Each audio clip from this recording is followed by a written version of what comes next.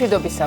დილა, მშვიდობისა მოგესალმებით ყველას. 29 ნოემბრის დილას თქვენთან ერთად დავიწყებთ ვაკო ქვაჩახია, მერაბ ყუფარაძე და ეკა სამხარაძე 10 საათამდე მოგიყვებით ყველაზე აქტუალურ და მნიშვნელოვან თემებს თუ პრობლემებს. კარგია რომ დილას იწყებთ ფორმულაზე. გადაცემის მთავარ თემებს შეგახსენებთ ანონსის სახით. დილის გადაცემა აგრძელებს ქართული წარმოების პროდუქციის მხარდაჭერას. დღეს გადაცემაში ორგანულ და ნატურალურ ქართულ კოსმეტიკაზე მოგიყვებით. როგორ მზადდება ბანოვანის აბაზანის ბომბები, ქოქოსისა თუ შიის კარაქი, ტანის სკრაბი თუ მყარი ლოსიონები. მოკლედ არ გამოგჩეთ, სტუმრები შემოგვიერთდებიან დაახლოებით 2 საათში. 1992 წლიდან დღემდე საქართველოს პარლამენტში 7 თავმჯდომარე გამოიცვალა. ედუარდ შევარდნაძე, ზურაბ შვანია, ნინო პურჩანაძე, დავით ბაქრაძე, დავით უსუფაშვილი, ირაკლი კობახიძე და არჩილ თალაკვაძე. აქედან რამდენიმე მათგანთან ჩვენმა ჟურნალისტმა ბლის ინტერვიუ ჩაწერა. საინტერესოა როგორ აფასებენ საკუთარ გამოცდილებას ყოფილი თავმჯდომარეები. მოგვიანებით შემოგვიერთდება ჩვენი ჟურნალისტი ეკა სესიკაშვილი და ის თავად მოგუყვება ამის შესახებ. შორის დღეს ქალთა უფლებების დაცვის საერთაშორისო დღეა და სწორედ 29 ნოემბერს საქართველოში ქალთა უფლებების დამცველ ერთ აქტივისტ ქალს კატო მიქელაძის სახელობის პრემიას გადასცემენ. 2018 წელს პრემიის მფლობელი იდა ბახტურიძე გახდა, ხოლო ნატა ტალიკიშვილს სპეციალური ჯილდო გადაეცა სამომავლო საქმიანობის მხარდასაჭერად. ეს იყო პირველი შემთხვევა საქართველოში, როდესაც პრემიის ნომინანტებს შორის ტრანსგენდერი ქალი მოხვდა. პრემიაზე ვისაუბრებთ დღეს გადაცემაში მომდევნო საათში. ჩვენი ჟურნალისტი თაკო ნოზაძე შემოგვიერთდება და უფრო მეც გვეტყვის დაგეგმილ ღონისძიებაზე. დეკემბერში კინომანვის სიხარულის კიდევ ერთი მიზეზი აქვს და ეს თბილისის საერთაშორისო კინოფესტივალია, რომელსაც წელს საიუბილეო 20 წელი ოსრულდება. თუ რა მნიშვნელობა აქვს ამას ადგილობრივი რეჟისორებისთვის და ზოგადად კინოინდუსტრიისთვის, ამაზე მოგვიანებით სალომე მომცემეძესთან ერთად ვისაუბრებთ. და კულტურის გვერდით აუცილებლად რა ხდება სპორტში. აუცილებლად გაგაცნო სპორტის სიახლეებს, გუშინ ევროპა ლიგის ჯგუფური ეტაპის მეხუთე ტურის შეხვედრები გაიმართა და ქართულმა მსაჯმაც გუშინაც დავაანონსეთ ესო ქართულმა მსაჯებმაც იმსაჯეს ერთ-ერთ შეხვედრაში, ხოლო საქართველოს საფეხბურთო ნაკრები რეიტინგში სამწუხაროდ დაქვეითდა და სხვა თემებს სულ მალე მოგიყვებით რამდენიმე წუთში, ასე რომ დაგველოდეთ. გიორგი ცხადაძე იქნება, რა თქმა უნდა, დღესაც ჩვენთან ერთად, თუ რა თემაზე ისაუბრებს, თავად გიორგი მგვითხრას. დილა მშვიდობისა, გიორგი, დილა მშვიდობისა, გიორგი. დილა მშვიდობისა, მეგობრებო, მშვიდობიან დღეს გისურვებთ. ესე იგი, მე და არჩილ მარშანია მე მგონი ცოტა ხანი გავცვალეთ ამპლუები, იმიტომ რომ ბოლოს არჩილ მარშანია ბარბერშოპიდან მახსოვს ამინდის პროგრამას კითხულობდა და დღეს ვარ ავერსის კლინიკასთან. და უნდა ვისაუბრო ზამთრის სეზონზე, უნდა ვისაუბრო როგორ უნდა მოვემზადოთ, ასევე 4 კომპონენტიან აცრაზე ვისაუბრებ, თავის დადებით და უარყოფით მხარეებზე და ალბათ ყველასათვის ძალიან ისეთი საინტერესო და აქტუალური თემაა, მაშინ განსაკუთრებით, როცა უკვე ასე ცივა და ასე გვიახლოვდება ესეთი ცივი ზამთარი. თავარია, ჩემო გიორგი, შენ და არჩილ მარშანიამ ერთ და იგივე საფეხბურთო გემოვნება არ გქონდეთ, მადრიდის რეალის გულშემატკივრები არ იყოთ, თორე დანარჩენი ყველაფერს ეშველება. იცი რა არის, მე ჯერჯერობით არა, მაგრამ არჩილს აქვს უკვე ამ ყველაფერზე. ცდილობები. თავისი მოთხოვნები. მოკლედ ცდილობს გადაგიბიროს და ამ დროს მერაბმა უნდა აქვს ესეთ სერიოზული როლი ითამაშოს. შანსი არ აქვს, მეც ვეცდები რომ ჩემ მხარეს გამოგიყვანო მაშინ. გიორგი. ნათელ მხარეზე. ვირუსებს შენთან ერთად მოკლედ განვიხილავთ რამდენიმე წუთში, რასაც ველოდებით. დროებით. დიახ, ვისაუბრებთ ვირუსებს. ვისაუბრებთ როგორ უნდა დავიცვათ თავი, ზოგადად ვისაუბრებთ იმ მოსაზრებებზე, რა მოსაზრებებიც არის გავრცელებული საზოგადოებაში და რომელიც სიმართლეს არ შეესაბამება, მე პირადად ძალიან მაინტერესებს ეს თემა და დარწმუნებული ვარ ჩვენს მაყურებელსაც ძალიან დაინტერესებს ეს თემა. ნამდვილად ასეა. დროებით, გიორგი. დილა ფორმულაზე აგრძელებს თქვენთვის მუშაობას. თბილისის დიდი საკონცერტო დარბაზში ანსამბლ ერისიონის კონცერტი გაიმართა. ორგანყოფილებიან შოუ პროგრამაზე წარმოდგენილი იყო სამხატვრო ხელმძღვანელის შერმადინ ჭკუასელისა და მთავარი ქორეოგრაფის ეკა ჭკუასელის მიერ დადგმული ახალი მუსიკალური და ქორეოგრაფიული ნომრები. ერისიონის მსახიობები სცენაზე განახლებული კოსტიუმებით წარსდნენ.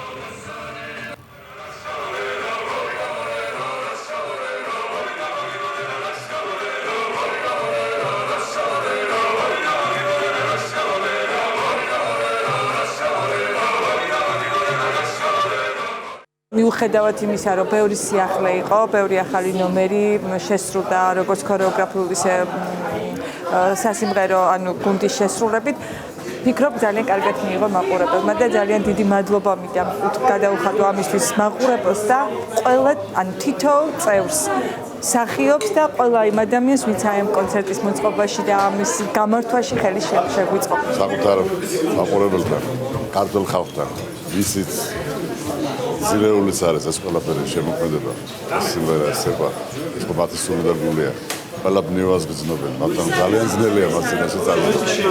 პატეჟურები არის, პატეჟურის ძალიან და ეს ძალიან კარგია. 28 ნოემბრიდან 1 დეკემბრის ჩათვლით ექსპო ჯორჯიას მე-11 პავილიონში თბილისის წიგნების დღეები იმართება. ქართული გამოცემულობები მკითხველს ახალ თარგმანებს, საბავშვო ლიტერატურას და წლის ბესტსელერებს თავაზობენ. ფესტივალი მთელი დღის მანძილზე დატვირთული იქნება სხვადასხვა აქტივობებით. ქართველი მწერლების თარგმნელები და გამომცემლების სტუმრებს საინტერესო სემინარებით, ვორქშოპებს და პრეზენტაციებს თავაზობენ. თბილისის ფესტივალის გამომცემლობები განსაკუთრებულად მოემზადნენ. მკითხველს 11-დან 8 საათამდე ექსპო ჯორჯიაში არაერთი გამოცემა დახვდებათ. მიყვარს ხოლმე ამის ამ ექსპოზე სიარული, იმიტომ რომ ძალიან დიდ სივრცეში ძალიან ბევრი წიგნია და უნდა შევიაროთ აუცილებლად.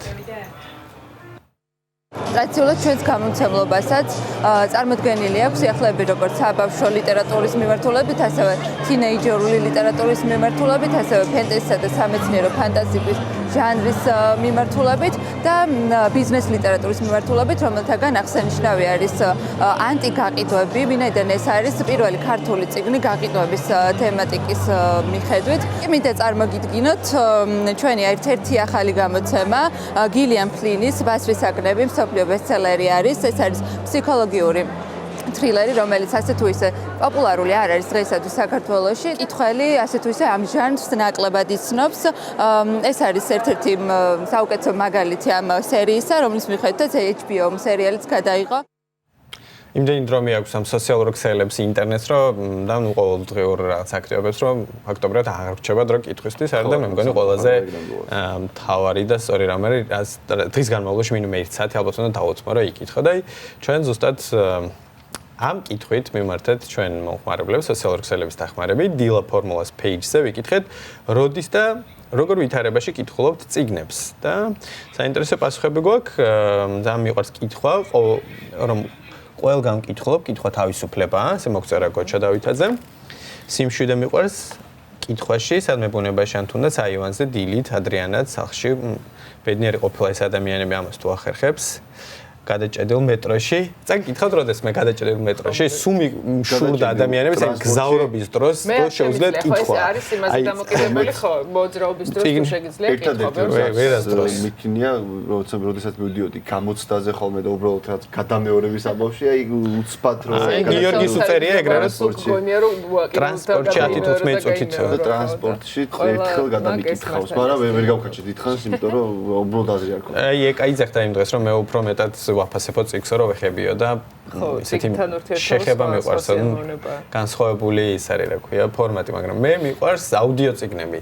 იმიტომ რომ სიარულის დროს შეგიძლია რომ უსმინო რა, ძალიან მარტივია, აი ჩართავ კურსასმენებს და გზაში ან 15 წუთი მე ვერ ვახერხებ ამას რომ ესე დავშტე და ეს წავიკითხო ვერც მეტროში ვერც ავტობუსში. წიგნის კითხვის მთელი მუღამი ხო ის არის რომ წაიკითხო. მე მგონი უბრალოდ ისტორია რა ამ წიგნის კითხვის მთელი მუღამი ის არის რომ გაჩნდა მხატვრული ლიტერატურის შემთხვევაში შენ თვითონ შენი ფანტაზიი და აღქმის უნარით ანუ წარმოიდგინო რას გიყვება ავტორი რა ანუ ფილმისგან განსხვავებით და თუ ამას აუდიოთითაც ახერხებ მე მგონი ჩემთვის დიდი სხვაობა არის მე მესმის ვაფასებ იმ ადამიანებს ვისაც უყვარს წიგნი. ჩვენ დღეს პარასკევი გვაქვს და ასევე ჩვენს მაყურებელს შაბათ-კვირად საკითხავ წიგნებსაც ურჩევთ სხვადასხვა ადამიანების დახმარებით ამასაც უნდა დაველოდოთ ამ სიუჟეტს. არ გვეყოლება ბიზნეს სტუმრად თავის რჩეული წიგნები. გავაგრძელოთ უკვე გიორგი ცხადაძესთან ერთად ის საკმაოდ აქტუალურ თემაზე, გაციებაზე, ვირუსებზე და გრიპებზე ისაუბრებს. დილამშვიდობისა კიდევ ერთხელ გიორგი. კიდევ ერთხელ დილამშვიდობისა ეკა, კიდევ ერთხელ მივესალმებით ჩვენს მაყურებელს. როგორც ხედავთ, ჩვენ მოვედით ავერსის კლინიკაში. მოდი შევიხედოთ ავერსის კლინიკაში, სადაც გმასპინძლობს ქალბატონი თამარ ებგაიძე. გამარჯობა დილამშვიდობისა ქალბატონო თამარ. ძალიან დიდი მადლობა, რომ დილიდან ჩვენთან ერთად ხართ და ჩვენთან ერთად იწყებთ დღეს. ქალბატონო თამარ, პირველივე კითხვას დაგისვავთ, რაც ძალიან მაინტერესებს, არის ძალიან ბევრი გავრცელებული ესეთი მითი, მე ასე დავარქმევდი, რომელიც საზოგადოებაში საკმაოდ პოპულარობით სარგებლობს, აი მაგალითად ზამთრის სეზონი მოდის და როგორც გავრცელებული ამბავია, იმატებს ვირუსები. მას შეესაბამება თუ არა ეს სიმართლეს და ყველა სეზონს აქვს თუ არა თავისი დამახასიათებელი ამ სიმპტომები, ასე ვთქვათ, ამ მიმართულებით.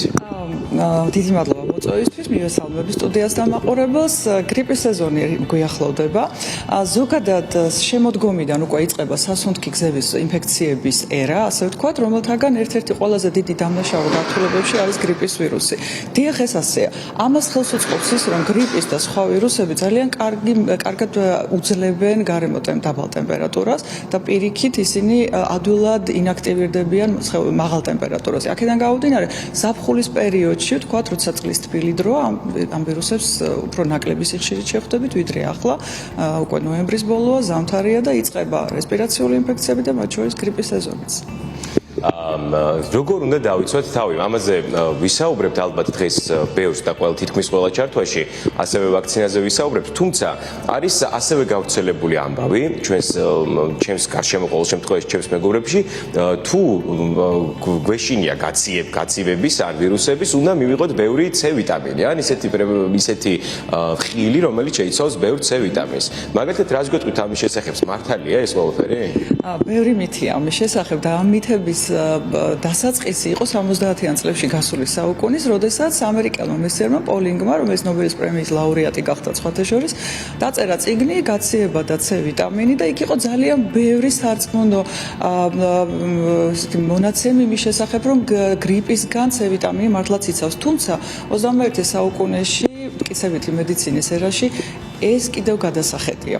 ამიტომ C ვიტამინი მართლა ძალიან მნიშვნელოვან როლს ასრულებს იმუნურ პროცესებში, თუმცა კი დადასტურებული ეს კიდევ არ არის. მაგრამ სამაგიეროდ არის კიდევ ერთი ვიტამინი, D ვიტამინი, რომელსაც აქვს ძალიან მაღალი მტკიცებულებები უკვე იმისა, რომ ის რესპირაციული, ანუ სასუნთქი გზების ინფექციებისგან და მათ შორის გრიპისგან თავდაცვაში ძალიან დიდ როლს თამაშობს. ასე რომ მითები გადაიხედება, ახალი მტკიცებულებები ჩნდება და ალბათ ყველაფერი წინაა. ქალბატონ თამარ, კიდევ ერთ შეგეკითხები ძალიან ხშირია ხოლმე, როცა გაცივდებიან პაციენტები, გადასხმას იკეთებენ ხოლმე, ეგრეთ წოდებულს, ესე იგი, ეს გადასხმა რამდენად ეფექტური არის, ამაზეც რო ვისაუბროთ და უთხრათ ჩვენს მაყურებელს. ეს არის ძალიან პოპულარული რამ, თუმცა გადასხმა ყოველთვის აუცილებელი არ არის. რა არის გადასხმა? ეს არის ვენაში შეყვანა, ვთქვათ, რომელიმე გადასასხმელი ხსნარის, მაგალითად ფიზიოლოგიური ხსნარის ან სხვა მარილოვანი ხსნარის, რომელიც ემსახურება ინტოქსიკაციის, ანუ ორგანიზმის ვირუსების ტოქსინებით მოწამვლის დროს მის გაწმენდას, ან როდესაც ადამიანს აქვს დიდი რაოდენობით სითხის კარგვა და გვინდა სითხის რაოდენობის შევსება. ეს ყველა შემთხვევაში აუცილებელი არ არის და არც უნდა გვეგონოს, რომ ეს პანაცეა. მისი გაკეთება ტარდება მხოლოდ სამედიცინო ჩვენებით და არა ვთქვათ პაციენტის სურვილით, როდესაც არის ამის აუცილებლობა. ანუ ადამიანს აქვს ინტოქსიკაციის, ანუ ვირუსული თუ ბაქტერიული ტოქსინებით მოწამვლის სურათი. ვთქვათ, გულისრევა, ძლიერი სისუსტე, მაღალი ცხელება და ასე შემდეგ. ძალიან დიდი მადლობა ქალბატონ თამარ, ასეთი საინტერესო საუბრისთვის, ჩემთვის ძალიან საინტერესო იყო და იმედია ჩვენი მაყურებლებისთვისაც.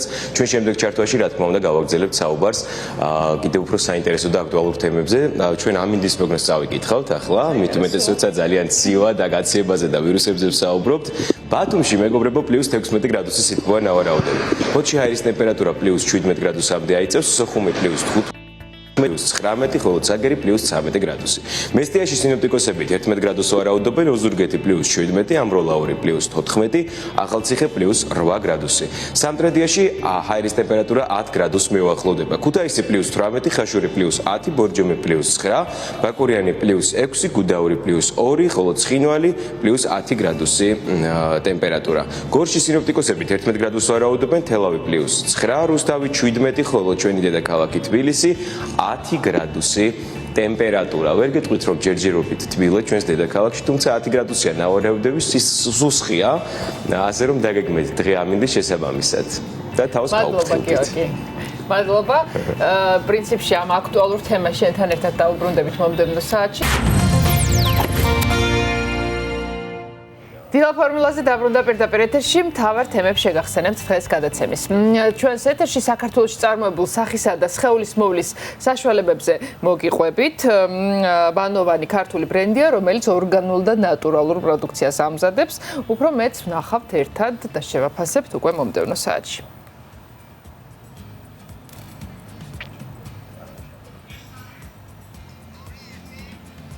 სახი. ხო, აი დილით რო გამოდიოდი ხოლმე ხვდები რომ რაღაცა უნდა მოუვარო ამის შორის დაამატეს სიახლეა მამაკაცების ხაზი, მათ წვერის და თმის მოვლის საშუალებები უფრო მეც მოყვებიან. რაღაცა კარგ რაღაცებს გვირჩევენ. მე ვარ ქართველი, მაშინ სადამე ვარ ევროპელი. ეს სიტყვები ზურაბჟვანია პარლამენტის თავმჯდომარის რანგში ევროპის საპარლამენტო ანსამბლეის ხდომაზე გამოსვლისას 20 წლის წინ წარმოთქვა. მას შემდეგ პარლამენტმა 5 თავმჯდომარე გამოიცვალა. ცოტა ხნის ჩვენ შემოგვიერთდება ეკა სესიკაშვილი, რომელმაც ყოფილ რამდენიმე სპიკერთან ჩაწერა ბლიც ინტერვიუ და ის მოგვიყვება საინტერესო თვითონ როგორ აფასებენ ამ გავლილ პერიოდს და როგორ აჯამებენ ახლანდელ ვითარებას და ამ ყველაფერზე ერთად ვისაუბრებთ ეკა სესიკაშვილთან ერთად. წიგნის კითხვა ავითარებს აზროვნებას, კითხვისას ჩვენ ვფიქრობთ, ვაზროვნებთ და მსჯელობთ. წიგნში წამოჭრილ საკითხებზე კითხვა ხსნის სტრესს, ამდიდრებს ჩვენ სასაუბრო ლექსიკას, ღვთის უფრო შემოქმედებით საუმჯობესებს ჩვენს კონცენტრაციას. დილის გადაცემა აგრძელებს რუბრიკას უქმეებს ეს საკითხავი, რჩეულ სამ წიგნს მწერალი და გამომცემელი ზვიად კვარაცხელია გვერდჩევს მომდევნო საათში. ახლა ჩვენ გვინდა რომ გაჩვენოთ ვიდეო, რომელიც 8 საათის წინ გამოჩნდა სოციალურ ქსელებში. საკმაოდ დიდი გამოხმაურება აქვს, 2000-ზე მეტი ადამიანის ემოცია, 1356 გაზიარება და ვიდეო არის შემდეგი სათაურით. რამდენს დაგვიჭერთ, რა თქმა უნდა, ეს ვიდეო ეძღვნება იმ მოვლენებს, რომელიც ბოლო რამდენიმე დღეების და კვირების განმავლობაში მიმდინარეობს. და ხელისუფლების ქმედებაზე პასუხია ერთგვარი, ხო? რამდენს დაგვიჭერთ პრინციპში ამ ფრაზით და მივხვდებით კიდევაც, როდესაც ვნახავთ ვიდეოს. თუ არის შესაძლებელი რომ ახლა გავუშვათ ეს ვიდეო და ვანახოთ მაყურებელს.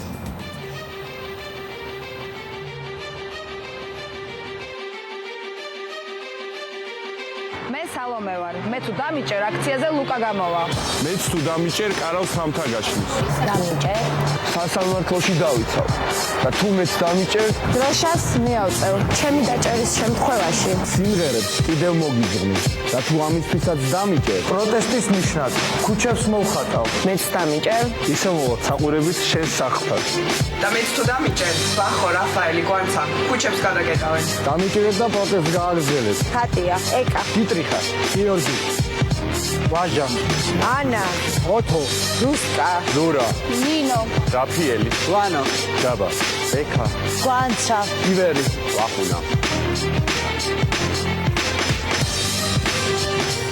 აქტივისტები, ხო, ადამიანები, ვინც მართავენ ამ აქციას და ასევე ჩვეულებრივი საზოგადოების წევრები იყვნენ ყველა ერთად. ყველა ერთად არა, ნაწილი მხოლოდ და ძალიან ცოტა ნაწილი ამ ვიდეოში თავისთავად უფრო მეტი ადამიანი იზიარებს ამ სულისკვეთებას ჩვენთან ერთად. დავამატებდი, სალომეს თუ დაიჭერთ, მეც გამოვალ, ისეც გამოდიოდი ხოლმე, მაგრამ მეც გამოვალ აქციებზე და გავაგრძელებ იმას, რაც სალომე აკეთებს ხოლმე. ჩვენ 1 დეკემბრიდან, ანუ კიდევ ერთი სიახლის შესახებ უნდა მოგყვეთ, თბილისის საერთაშორისო კინოფესტივალი იხსნება. წელს ქართული ფილმები ფესტივალზე განსაკუთრებით მრავლად იქნება წარმოდგენილი. სალომე მომცემლიძეა ჩვენთან ერთად, რომელიც მოგვიყვება რამდენად მნიშვნელოვანია ეს ყველაფერი ლოკალური რეჟისორებისთვის და ზოგადად ინდუსტრიისთვის. დილამშვიდობისა სალომე. ნამდვილად 1 დეკემბრის მოახლოება კინომოყვარულებისთვის არის ძალიან სასიხარულო, იმიტომ რომ მასშტაბური ფესტივალი ტარდება თბილისში, რაც საშუალებას აძლევს კინომოყვარულებს ნახოს ფართო მასშტაბით წარმოდგენილი უცხოური და ქართული ფილმები. წელს კინოფესტივალს 20 წელი უსრულდება, ამიტომაც გადაწყდა, რომ მხოლოდ ეროვნული კონკურსი ჩატარდეს და წარმოდგენილი იყოს მხოლოდ ქართული ფილმები კონკურსში.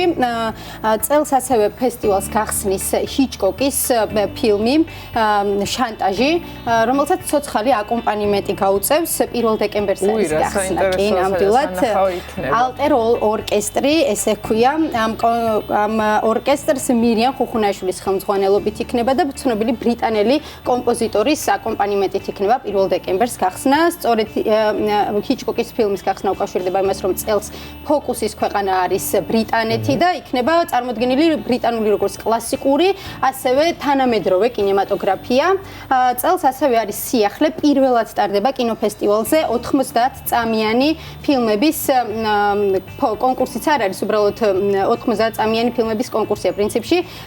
ეს ამ კონკურსის მიზანი არის, რომ გამოავლინოს ახალბედა და ნიჭიერი რეჟისორები. ეს ხორციელდება ბრისტოლის კინოფესტივალთან თანამშრომლობით და გამარჯვებული ფილმი გაემგზავრება სწორედ ბრისტოლის კინოფესტივალზე. როგორც აღნიშნე, კინოფესტივალი წელს სტარდება მხოლოდ ეროვნული ფილმების გამარჯვებულები გამოვიდება. ისიც რომ სალომე რომ ბევრი ფილმი გვაქვს იმისთვის რომ მოხდეს კონკურსში. რა თქმა უნდა, წელს, როდესაც გადავხედე პროგრამას, გაუცებული დავრჩი ნამდვილად, ვისაც გონია რომ საქართველოში ფილმები არ იქმნება. თან ახალ ფილმებზეა საუბარი. დიახ, ეს ფესტივალი ნამდვილად დაამსხვრევს ამ მოსაზრებას. ინტერვიუს შემდეგ გაგაცნობთ ქართველ რეჟისორებს, რომლებიც წელს ფილმს წარმოადგენენ, თუმცა მინდა რომ დავასრულო ფესტივალის შესახებ ინფორმაცია. წელს 3 კატეგორიაში გამოვლინდებიან გამარჯვებულები, ესენი არის მხატვრული ფილმი, დოკუმენტური და მოკლემეტრაჟიანი ფილმი. წელს ასევე რეჟისორი ფოკუსში არის მექსიკელი რეჟისორი კარლოს რეიგადასი. ცნობილი რეჟისორი არის, წელს ვინც მოღვაწეობს, წელს კი არა, ბოდიში, თანამედროვე რეჟისორებს შორის არის ცნობილი რეჟისორი, რომელსაც აქვს საკუთარი ხელწერა და ის თხრობის მანერას, სცენარის მიხედვით არ გვიყვება ამბავს, ეს რეჟისორი ემოციებს პირდაპირ ხმითა და გამოსახულებით გადმოსცემს, ამიტომ ვინცაც სურვილი აქვს რომ კინოინდუსტრიას გაყვეს, ან რეჟისორი ან კინოცოდნე ნებისმიერი სახის კინოინდუსტრიას გაყვეს, მისთვის მასტერკლასი იქნება საინტერესო, რომელსაც შემოგთავაზებს კარლოს რეიგადასი ფესტივალის ფარგლებში. განსაკუთრებული წვლილისთვის წელს სწორედ კარლოს რეიგადასი დაჯილდოვდება და ასევე ირაკლი კვირიკაძე, ქართველი რეჟისორი და სცენარისტი საქართველოს კინემატოგრაფიაში შეტანილი წვლილისთვის. მოდი მოვისმინოთ ინტერვიუებით ფესტივალის ორგანიზატორის კინომცოდნე ხატიაშვილის და ასევე ქართველი რეჟისორის, რომელიც გვეტყვის რა დატვირთვა და მნიშვნელობა აქვს ქართველი კინოხელოვანებისთვის ამ ფესტივალს. ლევანდელი მე-20 კინოფესტივალიდან გამომდინარე, ცოტა სხვანაირი ფესტივალი არის, უფრო საზეიმო და საიუბილეო, ამიტომ აღარ არის საერთაშორისო კონკურსი, წელს ფესტივალზე არ იქნება, თუმცა არის ეროვნული კონკურსი, შესაბამისად ქართული ფილმები არის, საკმაოდ დიდი რაოდენობით წარმოდგენილი და საკმაოდ განსხვავებული და საინტერესო პროგრამა, რომელსაც ეყოლება თავის ჟიური და 7 დეკემბერს გამოავლენენ გამარჯვებულსაც და ასევე გაიზარდა როგორც ევროპული ფორუმი, ანუ ევროპული კინოების კოლექცია, ასევე ევროპის გარეთ, აზიისა თუ ამერიკის კონტინენტებიდან ფილმების რაოდენობა. მართლა ერთი მეორეზე საინტერესო და საუკეთესო ფილმებია მთელი წლის ყველა კინოფესტივალის გამარჯვებული ამ პრიზიორი ფილმების და ავტორების, რეჟისორების ფილმები და ვფიქრობ, რომ მაყურებლისთვის ძალიან საინტერესო პროგრამა შევადგინეთ წელს. ფესტივალით ვიტყოდი, რომ ბოლო წლების განმავლობაში უკვე ძალიან მნიშვნელოვან კინოფორუმს წარმოადგენს, რომელზეც ქართველ კინომოყვარულებს საშუალება იმისა, რომ გაეცნონ თანამედროვე ბოლო კინოსეზონზე გამოსულ უამრავ საინტერესო ფილმს, იმ ფილმებს, რომლებიც სხვადასხვა მნიშვნელოვან ფესტივალზე იყო წარმოდგენილი და სხვა ჯილდოთი აღნიშნული. ამ ფესტივალზე ჩვენებას დაესწრებიან ჩემი ოჯახის წევრები, პირველად ნახავენ ფილმს, ჩემი მეგობრები, ესეთი ადამიანები, ვისაც ვთქვათ მარტო ფესტივალზე ვხედავ და არც ვიცნობ, მაგრამ აი ძალიან ნაცნობია მთელი გარემო, სახეები და ძალიან მნიშვნელოვანია ჩემთვის და ძალიან კარგი საშუალებაა და მიხარია. მოკლედ, 1 და 7 დეკემბრამდე უნდა გვახსოვდეს, რომ მნიშვნელოვანი დღეებია კინოამირანში, სადაც შეგვიძლია ძალიან ბევრი კარგი ქართული და უცხოური ფილმი ვნახოთ. ქართულ ფილმებს დაუბრუნდეთ ისევ, ხო, სალომე? დაუბრუნდეთ ქართულ ფილმებს. პირველ რიგში უნდა აღვნიშნო, რომ კინოფესტივალი არ არის მხოლოდ ფილმების ჩვენება, აქ ხდება ერთმანეთში აზრთა სხვადასხვაობის გასვლა, დისკუსიები, მასტერკლასები. უშუალოდ ფილმის ჩვენების შემდეგ რეჟისორთან შეხვედრა, რაც საშუალებას გვაძლევთ თავად გავეცნოთ რეჟისორს, მის ხელწერას და საინტერესო ინფორმაციების გაცვლა მიმდინარეობს, ვისაც სურვილი აქვს, რომ იცოდეს რა ხდება კინემატოგრაფიაში. გიგა ლიკლიკაძე იყო ინტერვიუში, რომელმაც თქვა, რომ მისთვის მნიშვნელოვანია მის ფილმის ჩვენება კინოფესტივალზე, რადგან მისი მეგობრები, ახლობლები და ქართველი მაყურებლები ნახავენ. ჩვენთან საქართველოში ძალიან მცირე არის დაფინანსება რეჟისორებისთვის, ამიტომაც მათ და დიდი კონკურენციაც არის. ყველა ძალას ხმარობენ რეჟისორები, ენთუზიაზისტები არიან ნამდვილად და უცხოური დაფინანსებით თუ სხვა პროგრამის საშუალებით ცდილობენ ფილმის გადაღებას. ამიტომაც მათთვის მნიშვნელოვანია, რომ ქართველმა მაყურებელმა იხილოს უშუალოდ და რადგან იმის დაფინანსებაც მცირეა, რომ მაგალითად პრემიერა კონდეთ უშუალოდ ნებისმიერ კინოთეატრში, მათთვის ეს სივრცე არის ერთგვარი პლატფორმა, სადაც წარმოადგენენ საკუთარ ფილმებს. გიგალი კლიკაძეს ფილმი ღორი ძალიან საინტერესო ფილმია, ჩემი ერთ-ერთი ფავორიტი, ეს რეჟისორი არის დებიუტანტი და სწორედ მინდა რომ გავამახვილო ყურადღება დებიუტანტ რეჟისორებზე.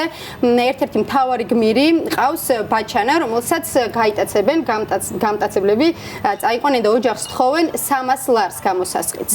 ოჯახს ეს თანხა არ აქვს და სპოილერებ ხა მთელ არა, ეს სინოფსისი არის, ანუ მთავარი არის, რატომაც შეიძლება დაინტერესდეთ, ოჯახს არ აქვს ეს თანხა, საშუალება არ აქვს და თავაზობს ღორს გამტაცებლებს და რაც თავარია, ეს უკვე ერთად ნახავ და თავარი რაც არის, ეს ფილმი არის დაფუძნებული რეალურ ფაქტებზე. რეალურ ისტორიებზე. რეალურ ისტორიებზე. აი როგორია ეს ბაბლს რო ეძახეთ, სულ მეგონა რომ აი საქართველოში სტრატეგები არ კეთდება.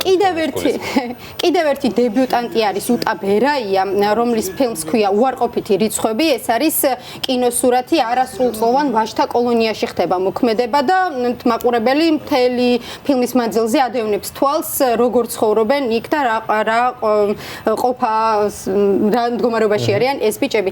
ვინც ნახა ეს ფილმი კინომცოდნებმა აღიარეს, რომ მნიშვნელოვანი ნაბიჯია ქართულ კინემატოგრაფიაში და ალბათ დებიუტანტი რეჟისორისთვის ეს ძალიან სასიამოვნო უნდა იყოს და განვითარებისთვის იმედი გვაქვს, რომ კიდევ უფრო უკეთეს ფილმს შემოგთავაზებს უტა მომავალში. კომეტები ქვია თამარ შავგულიძის მეორე სრულმეტრაჟიან ფილმს. განსაკუთრებულია მოლოდინიც და ხმაურიც მოყვა. ხმაურიც მოყვა, რადგან ამ ფილმის ოპერატორი არის ამერიკის კინემატოგრაფისტთა საზოგადოების პრიზის მფლობელი გიორგი შველიძე. ოპერატორი არის ამ ფილმის, ალბათ საინტერესო იქნება კიდევ ერთი მომდევნო ნამუშევრის ნახვა. თავად სიუჟეტი მოგვითხრობს ორი მეგობრის ისტორიას და მათ ბავშვების მოგონებების თავგადასავალს. ნამუშევრს ვიცნობ, ერთად კომპანიაში მუშაობდი, მან გადაიღო ჩვენთვის როგორც კოორდინატორი. ეს ხო მე ხა აღნიშნე კიდეს კინემატოგრაფისტთა დაჯილდოვდა კინემატოგრაფისტთა ასოციაციის მიერ. ასევე დიტო ცინცაძის ფილმი არის წარმოდგენილი შინდისი, ვიცით რომ ოსკარზე არის წარდგენილი წელს, თუმცა კი ეს კინოფესტივალზე მეორე ფილმი იქნება. შინდეს იცნობენ, დიახ, მაგრამ ეს არის მეორე ფილმი ჩაისუნთქე, ამოისუნთქე, რომელიც 37 წლის ექიმის შესახებ მოგვითხრობს, რომელიც იმყოფებოდა ციხეში და როდესაც გამოდის, ცდილობს რომ დაიბრუნოს თავისი ოჯახის წევრების, მეგობრების ნდობა და გარკვეული რთული ეტაპს უკავშირდება მისი ცხოვრება ციხის გარეთ. სალმე, ეს მარტივად შეგვიძლია მოვიძიოთ ბილეთები, ანუ რამე განსაკუთრებული თანხები კინოთეატრ ამირანში შეგვიძლია, სალაროებში თავისუფლად შეუძლია ნებისმიერ სურვილს შეიძინოს კინოთეატრის ბილეთი. სწორედ ეს არის საინტერესო, რომ ნებისმიერ სურვილს შეუძლია რამდენიმე სეანსზე მივიდეს, რამდენიმე ქართული და უცხოური ფილმი იხილოს და შემდეგ ამ თემაზე ისაუბრო, იმიტომ რომ სეანსიდან სეანსამდე დროც არის და ასრთა გაცვლის შედეგად უკვე ხვდები და წარმოდგენა გექმნება, რა იქნება დღეს ჩვენს ქვეყანაში და რა მდგომარეობა არის, ამით არის ეს ფესტივალი საინტერესო. კიდევ შეიძლება დავამატოთ ის, რომ ეს ფესტივალი გახდა პრესტიჟული ბოლო წლების მანძილზე, ძალიან ცნობილი რეჟისორები ჩამოდიან ამ ფილმზე, რამაც განაპირობა ფესტივალზე, რამაც განაპირობა, რომ ბოლო წლების მანძილზე ძალიან ქართველმა რეჟისორებმაც დიდი წარმატება მოიპოვეს სხვა ფესტივალებზე და ინტერესიც გამოიწვია შესაბამისად, თუმცა კი ფესტივალმა თავისი ადგილი უკვე დაიმკვიდრა. რამხელა მოცულობის ინფორმაციის გაცვლა მიდის. კი, ძალიან საინტერესოა, მე სტუდენტობის პერიოდში სულ ვიყავი, ჩემი საყვარელი ფესტივალია, ყოველთვის დავდიოდი ხოლმე და სტუდენტების მაშინ შეგვეძლო ხოლმე შეპარვა და ჩემი ადგილი მაქვს ამირანში, სადაც ვიჯექი ხოლმე ძირს და ვუყურებდი და ისეთი ფილმებია, საავტორო ფილმები ისეთია, 3 საათი ისე ვიჯექი ხოლმე ეს მოჭუჭკნურ ადგილას, ისე გადიოდა ვერც გრძნობდი ხოლმე, ამიტომ სტუდენტებისთვის, ნებისმიერი ადამიანისთვის კი საინტერესოა. ყველა იპოვის თავისთვის საინტერესო ფილმს. კი, რა თქმა უნდა, ინტერნეტში შეიძლება მოძიება ამ ფილმების, რადგან ეს ფილმები არის მთელი წლის განმავლობაში გადაღებული, ეს ფესტივალი მთლიანი შეჯამება არის ამ სხვადასხვა ქვეყნის ფილმების, თუმცა როცა კი დიდ ეკრანზე ამ ფილმების ნახვა, შემდეგ რეჟისორთან ერთად განხილვა და ერთმანეთთან საუბარი სულ სხვა ხიბლი აქვს და სულ სხვა რამეს სწავლა. თანაწყოს თორია შენმა მიმოხილვამ დაგვარწმუნა რომ ბევრი ქართული ახალი ფილმი გვაქვს სანახია. ლანა გოგობერიძის ფილმი გადის დიდხნიანი პაუზის შემდეგ ლეგენდარულმა რეჟისორმა წარმოადგინა თავისი ახალი ნამუშევარი და ალბათ საინტერესო იქნება რომ ვნახოთ. ფესტივალის ორგანიზატორების ადგილას აუცილებლად გადმოგცემდი მოსწავლეებს. ამდენი დრო დაუდგენეს კარგად. მადლობა სალომე ძალიან დიდი. დოკუმენტურ ფილმებს შევეხებით თუ შეიძლება. დოკუმენტური ფილმებიც ძალიან საინტერესო არის წარმოჩენილი მარილი და პური, ასე ქვია, სალომე რაზიკაშვილის ფილმს, რომელიც გვიყვება ბიჭზე, რომელიც ზაფხულს მარტო ატარებს ჭიათურაში, იმიტომ რომ ცხოვრობს მარტო და დამსვენებლების არ ჩამოდის. კიდევ ერთი ფილმი არის სანამამა დაბრუნდება, ეს ჩემთვის ალბათ საინტერესო ფილმი აღმოჩნდა. ფილმი პატარა ბავშვებზე გვიყვება, რომელიც ფილმს პირველად ნახულობენ. ქისტები არიან ეს ბავშვები და პანკიში ხდება პირველი ფილმის ჩვენება და ალბათ საინტერესოა მათი ემოციების ნახვა. და ერთი ჩემი საყვარელი ფილმი აუცილებლად უნდა აღვნიშნო, ცხოველებს ეხება სხვა მეზობლები, ნახევარსაათის მანძილზე, უხმო ფილმი არის, დიალოგები არ მიმდინარეობს, მაგრამ ეს გვიყვება ცხოველების შესახებ, რომელიც ჩვენს შემოგარენში ცხოვრობენ. და გვაუწყდება მათი არსებობა და ამ ფილმის პრემიერაც იქნება. ამაზე ჩვენ ნიუსი გვაქვს და კიდევ ერთხელ მოკლემეტრაჟიანი ფილმების არ დავივიწყოთ, საკმაოდ საინტერესო მოკლემეტრაჟიანი ფილმები იქნება, რაც რა თქმა უნდა პრემიერას ვერ ნახულობს, ამიტომ შეიძლება რომ ამ კინოფესტივალზე ვნახოთ მოკლემეტრაჟიანი ფილმები, რომლებიც დამწყები რეჟისორების თუ სხვა პროფესიონალი რეჟისორების ხელწერას გვიჩვენებს მოკლემეტრაჟიანი ფილმები. მადლობა სალომე ძალიან დიდი. სხვა ისხა დაგვრჩენია რომ 1-დან 7 დეკემბრის ჩათვლით შევარჩიოთ ფილმები და წავიდეთ და აუცილებლად ვნახოთ. პრინციპში ფილმების თემას ვაკრძელებ ჰოლივუდის კინოსტუდიები არალეგალური ფილმების ჩვენებისათვის საქართველოს სანქციებით ემუქრებიან, ასეთია გზავნილი ჰოლივუდის კინოინდუსტრიიდან ამ თემაზე. დღეს სასტუმრო რედისონში პრესკონფერენციაც გაიმართება და დეტალები უკვე იქ გაჟღერდება, მაგრამ ერთი ფაქტია რომ აიგრძალება საქართველოში არალეგალურად ფილმების გაშვება. დიახ, საინტერესო იქნება, როგორ შევძლებთ ფილმების ყურებას, ალბათ მოგვიწევს ისევ ჩვენ რომ Netflix-იდან გამოვწეროთ, ან ფილმებს უყუროთ ტელევიზორში. ან უყუროთ ფორმულაზე, სადაც ლიცენზირებული ფილმები არის და ნამდვილად ძალიან გეუბნებით არის შერჩეული. ეს არ არის მხოლოდ საქართველოს პრობლემა, სხვათა შორის და პირატული კონტენტის გავრცელებას გლობალურად ებრძვიან და მით უმეტეს მას მერე, რაც აი ღრუბელოვანი სისტემები არსებობს, რთულია გაედევნო ამ პირატებს. ამის რეგულაცია ძალიან რთულია. ინტერნეტ სივრცის ძალიან რთულია და მაგრამ ნუ უნდა გვახსოვდეს ხო იქ ძალიან ბევრი ადამიანი მუშაობს ფილმზე და მათი უფლებები. კარგი, კიდევ ერთი სიახლის შესახებ გვინდა მოგიყვებით. საქართველოს პარლამენტის ეროვნულ ბიბლიოთეკაში ყოველწლიური თეატრალური დაჯილდოება დურუჯის დასკვნითი საღამო გაიმართა. გამარჯვებულები 8 სხვადასხვა ნომინაციაში გამოვიდნენ. დურუჯი 2008 წელს დაარსდა და მისი მიზანი თეატრალური ხელოვნების განვითარება, სტიმულირება და პოპულარიზაცია. 2019 წლის საკონკურსო ეტაპზე მონაწილეებმა 35 კონკურსანტმა მონაწილეობდნენ 35 კონკურსანტი, როგორც თბილისის, ასევე რეგიონების თეატრებიდან და რაც ამ მისთვის, რა ქვია, დაჯილდოებისთვის რეკორდული მაჩვენებელია, შეიძლება ითქვას. ძალიან კარგ სპექტაკლებში იყო ახალი ხედვა, რომელიც ძალიან მნიშვნელოვანია ქართული თეატრის განვითარებისთვის.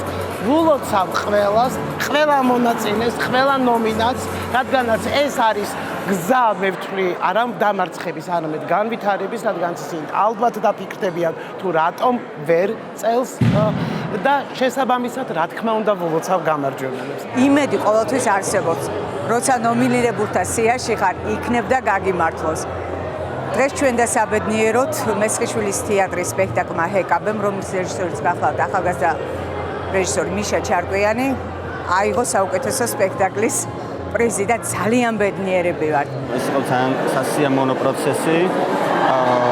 ალბათ ის რისთვისაც გირდა ეს ყველაფერი და რაც უნდა ბანალურად ჟღერდეს, მე ჩემი მხრივ ამ გამარჯვებას უძღვნია ჩემს სახიებს.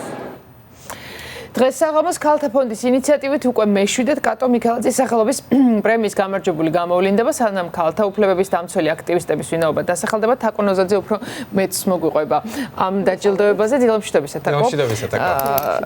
რამდენი მონაწილე იყო? რამდენი დიდი არის საერთოდ ქალების აქტიურობა ამ დაჯილდოებაზე?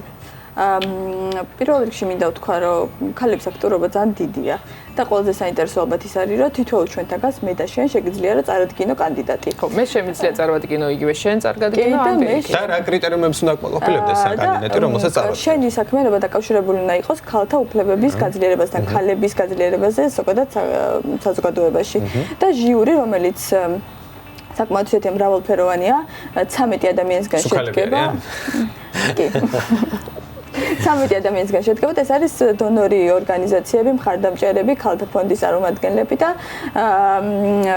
თვითონ უფლებადამცველები და წინა წლის გამარჯვებული ადამიანი, კონკურსანტი.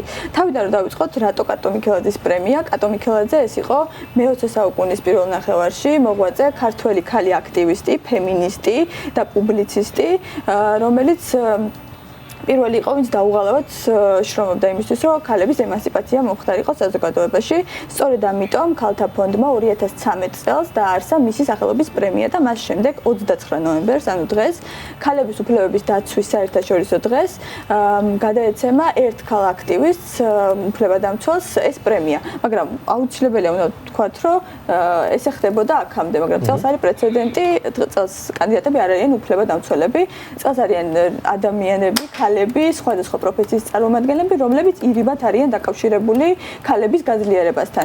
ჩვენ შეგვიძლია რომ მე ხომ მოვისმინოთ ლონდა ბერიას კომენტარი, რომელიც არის ამ ორგანიზატორი და გავაგრძელოთ უფრო საუბარი ღრმად. კატო წელს სტარტდება მე-7. თავიდან ასეთი ფორმატი იყო, რომ უბრალოდ გადაეცემა და ქალ უფლებადამცველებს, თუმცა ბოლო 3 წელია, რაც განსხვავებული ფორმატი გვაქვს. პირველ წელს რეგიონებით დავიწყეთ, ანუ ქალები, რომლებიც რეგიონებში მუშაობენ, წელს გვაქვს მოძრაობათა თანაკვეთაზე, ანუ ის ქალები, რომლებიც მუშაობენ სხვა სფეროში, თუმცა იმ სფეროში, მომიჯნავე სფეროში მუშაობით, მნიშვნელოვნად ეხმარებიან ქალებს და მათი უფლებების დაცვისთვის იბრძვიან.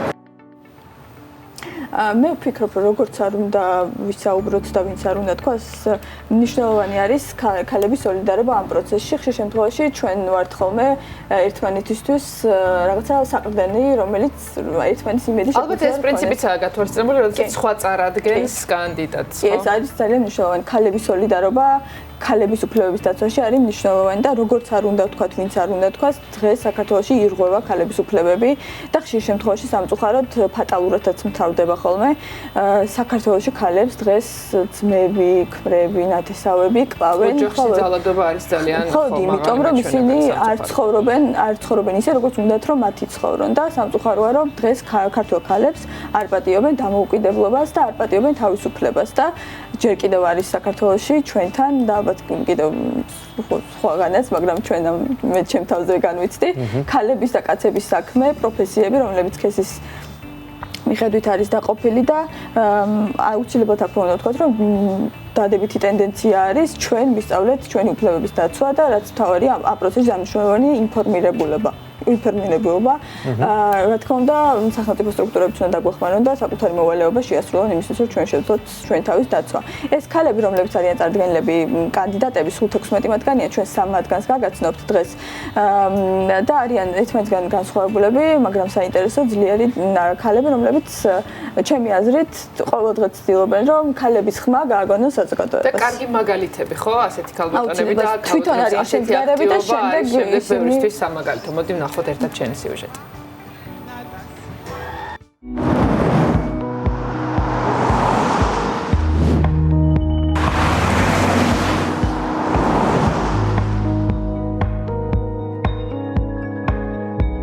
ქეთევან ხუციშვილი, სოციალური მუშაკი და გენდერის მკვლევარი. მუშაობს ორგანიზაციაში ქალთა ინიციატივების მხარდამჭერი ჯგუფი.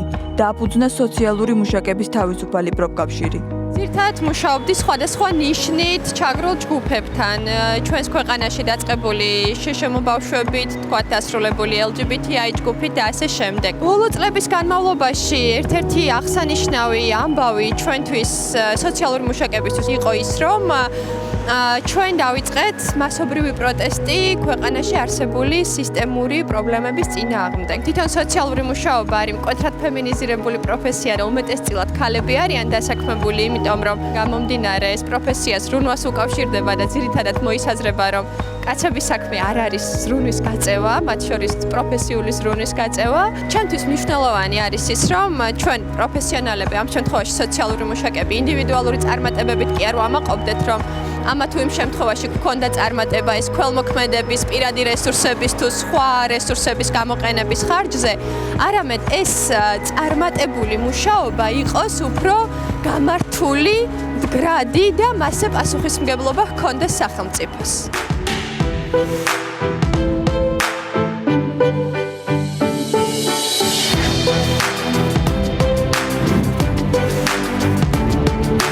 ლილი ფულარიანი, ციფრული კომუნიკაციების სპეციალისტი, ლექტორი და ბლოგერი. ამჟამად მუშაობს პროექტზე ციფრული ცოდნის გამავრცელებელი ქალები. ეხმარება ასწავლის ქალებს ყველაფერს, რაც ციფრულ ტექნოლოგიებს ეხება.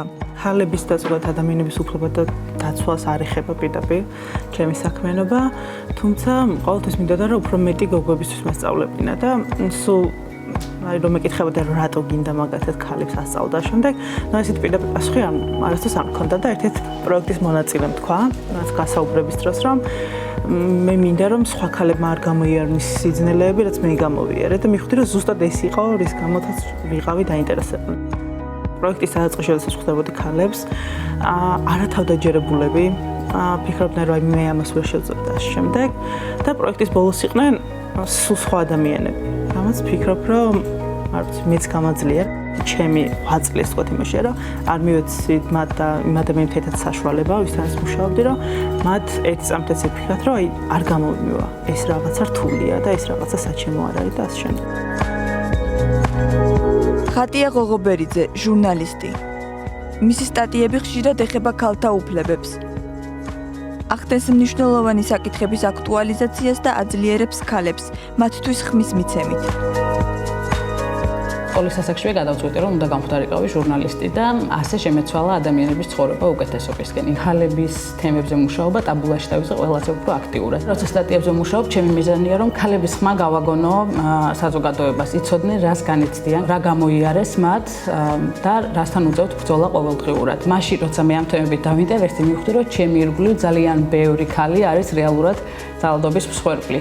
ეს გავაცნობიერე გვიან, მაშინ ალბათ ამას ვერ ხვდებოდი და დღემდე გული მწყდება, რომ ალბათ შემეძლო შეცვლა ან ცოტა მეტი რომ ცოდნოდა მე, ან სხვებმა რომ იცოდნენ, ისევ იმ ქალებმა რომ იცოდნენ უფრო მეტი ვიდრე იციან, თუმცა მთავარი მაინც ის ადამიანია, ვინც ძალადობს და სახელმწიფო რომელიც არ რეაგირებს. მე მინდა რომ იცოდნენ მათ ამის შესახებ, მაგრამ რაც მთავარია, იცოდეს მოძალადემ, რომ მისი ძალადობა უნდა დაისაჯოს. დასჯადია და სახელმწიფო მოახდინოს რეაგირება ამ ყველაფერზე. ფაქტია, რომ ძალიან დიდი როლი აქვს ამ პრემიას. შარშან მოხდა განსაკუთრებული პრეცედენტი, ხო, როგორც წესი, ერთი გამარჯვებული ყავს ხოლმე პრემიას, მაგრამ შარშან ორი იყო და ერთი კიდევ გამარჯვეს. სპეციალური პრიზი განსაკუთრებულმა ადამიანმა მიიღო. კი, ჟურის ძალიან გაუჭირდა არჩევანის გაკეთება. იდა ბახტურიძე არის გამარჯვებული ერთ-ერთი, რომელიც ძალიან დიდი ხანია ამ საქმეშია, არის სამოქალაქო აქტივისტი, ქალთა მოძრაობის წარმომადგენელი, აქვს პლატფორმა ქალების საქართველოსთან და მასთან ერთად გამარჯვებული გახდა ნატა ტალიკიშვილი. პრემიის ისტორიაში პირველი ტრანსგენდერი ქალი და ეს პრეცედენტი მნიშვნელოვანია არა მარტო ნატასთვის, არამედ სხვა ქალებისთვის, იმისთვის, რომ იყვნენ უფრო ძლიერები, იყვნენ უფრო რეალიზებულები, როგორც საზოგადოებრივ ისე სოციალურ ცხოვრებაში და მე მგონია, რომ ეს პრემია ამითიც მნიშვნელოვანია, რაღაც პრეცედენტებს უშვებს, რაც შემდეგ ხდება ამაზე სხვა დრო შეიძლება აღარ ვილაპარაკოთ, იმიტომ რომ ეს უკვე მოხდა და ეს აღარ არის. ნამდვილად კარგია. მადლობა შეჯამებისთვის. ველოდებით დღეს უკვე კიდევ ერთი ქალბატონის ვინაობა გახდება ცნობილი, ვინც მიიღებს კაკოს პრემიას და წარმატებები უსურვოთ ყველა ქალს. ყველა ქალს. ჩვენ გავაგრძელოთ გიორგი. კაცებსაც შეიძლება. ამ შემთხვევაში როლთებიდან გამომდინარე.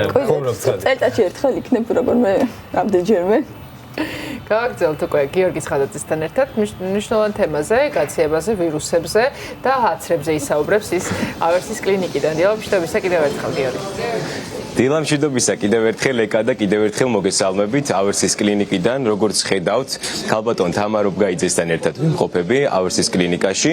აქაურობა უკვე აფუსფუს და მეგობრებო, ადამიანები სამუშაო დღე იწყება, ასე რომ მოვიდნენ ადამიანები და უნდა მიხედონ თავიანთ ჯანმრთელობას. ჯანმრთელობას აუცილებლად უნდა მიხედოს ჩვენმა მაყურებელმაც, მით უმეტეს როცა ზამთრის სეზონი გვიახლოვდება და მით უმეტეს როცა ვირუსებიც იმატებს და როგორ უნდა დავიცვათ თავი. რომ ვესაუბროთ სახლის პირობებში ჩვენ შემდეგ ჩარტვაში უკვე ვისაუბრებთ ვაქცინაციაზე, რომელიც საკმაოდ ალბათ ყველაზე ეფექტურია, თუმცა ამ ჩარტვაში მოდი ვისაუბროთ სახლის პირობებში როგორ შეიძლება მოვუაროთ თავს. პირველ რიგში უნდა ვთქვათ ის, რომ როდესაც ადამიანი არის ავად, ის არ უნდა გადიოდეს გარეთ, არ უნდა გაუშვათ ესეთი პატარა სკოლაში, საბავშვო ბაღში, იმიტომ რომ თქვენ ქმნით არა მარტო გართულებების მაღალ რისკს მისთვის, არამედ ქმნით გადადების საფრთხეს სხვა ბავშვებისთვის. მეორე, იზოლაციის გარდა, ეს არის თბილისი თხეების მიღება.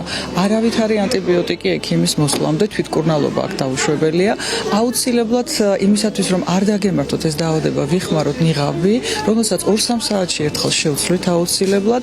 აუცილებლად ხშირად გაანიავეთ სახლი, იმიტომ რომ ვირუსების თავმოყრა ასე უფრო იქნება გაცილებით შემცირებული და როგორც უკვე თქვი, ძალიან ბევრი თბილი სითხეები. რაც შეეხება ხალხურ საშუალებებს, რომელიც ძალიან ხშირად არის ხოლმე გამოყენებული, პირველ რიგში ეს არის, თქვა, ჟოლოიანი ჩაი, ლიმონიანი ჩაი და კიდევ ერთი ლიმონი, უკაცრავად ნიორი, რომელიც გახლავთ ბუნებრივი ანტიბიოტიკების შემცველი პროდუქტი, ასე თქვა, ფიტონციდების შემცველი, რომელსაც ოდითგან გამოიყენებდნენ ხოლმე ჩვენი წინაპრები და ეხლა ძალიან აქტუალურია ეს საკითხი. და რაც ყველაზე მთავარია, ხელების ძალიან ხშირი ბანა, იმიტომ რომ ასე თქვენ შეიძლება თავი დაიცვათ არა მარტო გრიპისგან, არამედ სხვა ინფექციებისგან და აუცილებლად ასწავლეთ ხელების ხშირი დაბანა პატარას, იმისათვის რომ ის არ გახდეს ძალიან ხშირად ავადი. ჰიგიენა მართლაც ყველაზე მნიშვნელოვანია და პირბადებზე ვისაუბრეთ. მოდი პირბადებზე რომ გავაკეთოთ აქცენტი, მე როგორც ვიცი, რამოდენიმე საათი არის რეკომენდირებული პირბადის გამოყენება და მას შემდეგ რაც გაუვა ამ პირბადეს თავისი მოქმედების ვადა, თუ კიდევ გვიკეთია პირიქით, ეს უფრო ამძიმებს და უფრო შეიძლება რისკ ჯგუფებს მივეკუთვნებოდეთ და უფრო შეიძლება. ეს არის პრაქტიკულად ფილტრი, რომელიც გვიცავს ჩვენ ამ ვირუსებისაგან, ამიტომ მას აქვს თავისი მოქმედების ვადა 2-3 საათის მერე ის უნდა შეიცვალოს აუცილებლად და გამოვიყენოთ ახალი ნიღაბი. არამც და არამც არ შეიძლება უკვე გამოყენებული ნიღბის გამოყენება და არამც და არამც არ შეიძლება ასევე პაციენტის ნახმარი ნივთების, პირადი ჰიგიენის ნივთების გამოყენება, იმიტომ რომ ეს ვირუსები და მათ შორის გრიპი გადადის როგორც ჰაერწვეთოვანი გზით, ასევე გადადის კონტაქტური გზით. ანუ ავადმყოფის მიერ ნახმარი, იგივე ნიღბით, იგივე თქვა პირადი ჰიგიენის ნივთებით და ასე შემდეგ. ქალბატონო თამარ, ერთი კითხვა გვაქვს, რომელიც ესეთი ძალიან აქტუალური კითხვა არის ყოველთვის, იმიტომ რომ ყოველთვის არის ხოლმე ვისმენთ ჩვენ ამ კითხვაზე განმარტებებს, მაგრამ მაინც იჩნდება კითხვები. ამ სეზონზე როგორ უნდა გავარკვიოთ, გავარჩიოთ ერთმანეთისგან გაცივება და ვირუსი? გიორგი, ეს კარგი კითხვაა და ძალიან ხშირად ვსვავენ ხოლმე ამ კითხვას. გაციება როგორც ასეთი არ არსებობს, ეს არის ვირუსებით გამოწვეული დაავადება და ასეთი ვირუსი გახლავთ დაახლოებით 300, რომელსაც შეიძლება გამოიწვიოს ცხვირიდან გამონადენი, ხველა, ტემპერატურა, გრიპი განსხვავებულია მათგან თავისი მძიმე მიმდინარეობით, რაც გამოიხატება მაღალი სხელები, ძლიერი შემცირნებით, სახსრების ტკივილით და გართულებების ძალიან მაღალი რისკით. სწორედ ამიტომ არის გრიპის საწინააღმდეგო აცრა ძალიან მნიშვნელოვანი, იმიტომ რომ ის გვიცავს სწორედ ამ მძიმე ინფექციისგან. კარგი, ძალიან დიდი მადლობა. ჩვენ შემდეგ ჩარტვაში უკვე ვაქცინაზე ვისაუბრებთ. ამინდის პროგნოზს წაგეკითხავთ, მით უმეტეს მაშინ, როცა ჩვენს დედაქალაქში უკვე მზეც ამოვიდა, მეგობრებო. თუმცა 10 გრადუსია ნავარაუდები. ბათუმში სინოპტიკოსები 16 გრადუსს ვარაუდობენ, ფოთში ჰაერის ტემპერატურა 17 გრადუსამდე აიწევს. სოხუმი +15, ზუგდიდი +19, ხოლო ცაგერი +13 გრადუსი. მესტია +11, ოზურგეთი +17, ამბროლაური 14, ახალციხე 8, ხოლო სანტრედია 10 გრადუსი ტემპერატურა. ქუთაისში სინოპტიკოსები 18 გრადუსს გვიბირდებიან, ხაშური +10, ბორჯომე +9, ბაკურიანი +6, ხოლო გუდაური 2 გრადუსი. ცხინვალში 10 გრადუსამდე აიწევს ჰაერის ტემპერატურა, გორში +11, თელავი +9, რუსთავი +17, ხოლო ჩვენი დედაქალაქი თბილისი +10 გრადუსი სითბო. ეკა ვაკო, მერა. მადლობა გიორგი. დაგიბრუნდით ისევ ეთერშიდან გავაგრძელებთ სხვა სიახლეებით. ბოლო დროს განვითარებული პოლიტიკური მოვლენების ეპიცენტრი უკვე რამდენიმე თვეა ქვეყნის მთავარი საკანონმდებლო ორგანოა და რა თქმა უნდა მთავრობის წევრები. დამოუკიდებლობის 30 წლიანი ისტორიაში პარლამენტის თავმჯდომარე 7-ჯერ შეიცვალა. დღეს სწორედ ამ თემაზე ყავს ჩვენი ჟურნალისტი სტუმრად ეკა სესიკაშვილი, რომელმაც ბლიც ინტერვიუ ჩაწერა. პარლამენტის თავმჯდომარები მოქმედი თუ ძველი თავმჯდომარები არ ვიცი როგორ გამოგივიდა. კი ბატონო, დილმშვიდობის, მიესალმებით ჩვენს მაყურებელს. დიახ, როგორი უნდა იყოს ქვეყნის პარლამენტის თავმჯდომარე, ეს საკმაოდ რთული შეკითხვაა, თუმცა თუ გადავავლებთ თვალს ჩვენს ისტორიას და გვაქვს საკმაოდ დიდი ისტორია, შევხვდებით სხვადასხვა პარლამენტის თავმჯდომარეებს. ნუ პარლამენტის თავმჯდომარეები რაც თავარია გამოირჩეოდნენ იმით, რომ იყვნენ საკმაოდ გამოცდილები პოლიტიკურ სფეროში. ანუ იყო პარლამენტის თავმჯდომარე, ეს არ არის მარტივი, იმიტომ რომ შენ ხარ ქვეყნის მეორე პირი, ასე ვთქვათ. მე შევეცადე რომ ჩამეწერა სხვადასხვა პარლამენტის თავმჯდომარები, თუმცა მანამდე უნდა ვთქვათ, რა თქმა უნდა გავიხსენოთ ვინ იყვნენ, ხო? ჩვენი ქვეყნის პარლამენტის თავმჯდომარები. პირველი ეს იყო ედუარდ შევარდნაძე, რომელიც 1992 წელს გახდა ქვეყნის პარლამენტის თავმჯდომარე. თუმცა მხოლოდ რამდენიმე თვე იყო ის ამ რანგში. ედუარდ შევარდნაძის შემდეგ მისი ადგილი დაიკავა და საკმაოდ საპატიო ადგილი დაიკავა და ღირსეულად შეასრულა თავის მოვალეობა. უნდა გავიხსენოთ ზურაბ ჟვანიამ, რომელიც ორი ვადით იქნა არჩეული პარლამენტის თავმჯდომარედ. ასევე ორი ვადით იქნა არჩეული ზურაბ ჟვანიას შემდეგ საქართველოში პირველი ქალი პარლამენტის თავმჯდომარე, რომელიც იყო ნინო ბურჯანაძე. კი ბატონო, სწორედ გახსოვთ ნინო ბურჯანაძე. ნინო ბურჯანაძის შემდეგ ეს თანამდებობა დაიკავა დავით უსუფაშვილმა არა, დავით უსუფაშვილი იყო დავით ბაქრაძის შემდეგ, დავით ბაქრაძე იყო ნინო ბურჯანაძის შემდეგ დავით უსუფაშვილი და ბოლო 3 წლის განმავლობაში ამ თანამდებობას იკავებენ ყველაზე ახალგაზრდა, ასე ვთქვათ, პოლიტიკოსები. რო შევადაროთ, ვთქვათ, წინა პარლამენტის თავმჯდომარეებს, მათთან შედარებით. კი, ყველაზე ახალგაზრდა პოლიტიკოსები ესენი არიან. ირაკლი კობახიძე და არჩილ თალაკვაძე. ნუ არჩილ თალაკვაძე კიდევ უფრო ახალგაზრდა ვიდრე ირაკლი კობახიძე. ნუ როგორ ვწდებით პოლიტიკური რანგით ქვეყნის მეორე პირები საკმაოდ გამოცდილები არიან და იყვნენ და ძალიან მნიშვნელოვანია ეს თანამდებობა. ჩვენ ვთხოვეთ რომ გაიზიარებინათ მათ საკუთარი გამოცდილება. კითხვები, ხო? ანუ უფრო მეტად რაზე საუბარებენ, რამდენად იხსენებენ შეცდომებს თუ პირიქით ახსოვთ მხოლოდ რაღაც მიღწევები. ძირითადად როგორი იყო ეს ინტერვიუ? ბატონო, ყველაზე მნიშვნელოვანი რაც იყო ამ გამოკითხვაში ეს იყო ბლიც კითხვები დასმული ჩვენს მიერ შედგენილი და მნიშვნელოვანი იყო ის რომ ზოგადად უჭირთ ხოლმე პოლიტიკოსებს ასე ვთქვათ საკუთარ შეცდომებზე ლაპარაკი. არა მარტო პოლიტიკოსებს, ეს შეიძლება ნებისმიერ ადამიანს გაუჭირდეს, მათ გაიხსენეს საკუთარი შეცდომებით, გაიხსენეს საკუთარი მიღწევებით და რაც მთავარია, მათ ისაუბრეს იმაზე თუ რა არის ქვეყნისთვის იყო პარლამენტის თავმჯდომარე. ისინი ამბობენ, მოკლედ ვიტყვი, ისინი ამბობენ, რომ იყო პარლამენტის თავმჯდომარე ნიშნავს იმას, რომ იყო შენ მიუკერძობელი, იმიტომ რომ შენ უნდა მართო მთლიანად პარლამენტი და პარლამენტი ყველამ ვიცით, რომ შედგება არაერთი პოლიტიკური ძალისგან, არამედ რამდენიმე პოლიტიკური ძალისგან და ამის მართვა სჭირდება. მეორე რამდენად გამოგდის. საინტერესოა თუ ყველა დაგთანხმდა, ანუ სამწუხაროდ ყველა არ დამთავრდა, ვერ მოვახერხეთ. მოვახერხეთ ჩაგვაწერა ნინო ბურჯანაძე და დავით უსუფაშვილი. სამწუხაროდ რთული პერიოდია ახლა ჩვენს ქვეყანაში, რთული პოლიტიკური პერიოდი გვიდგას და ვერ მოვახერხეთ ჩაგვაწერა დავით ბაქრაძე. ნუ თავისთავად ჩვენ დავუკავშირდით კობახიძესაც და კი ბატონო, ირაკლი კობახიძესაც და არჩილ თალაკვაძესაც, თუმცა სამწუხაროდ მათ ვერ მოიცალის ჩვენი სიუჟეტისთვის. შეგვიძლია მე მგონი რომ ნახოთ ერთად ჩვენი სიუჟეტი ეკა.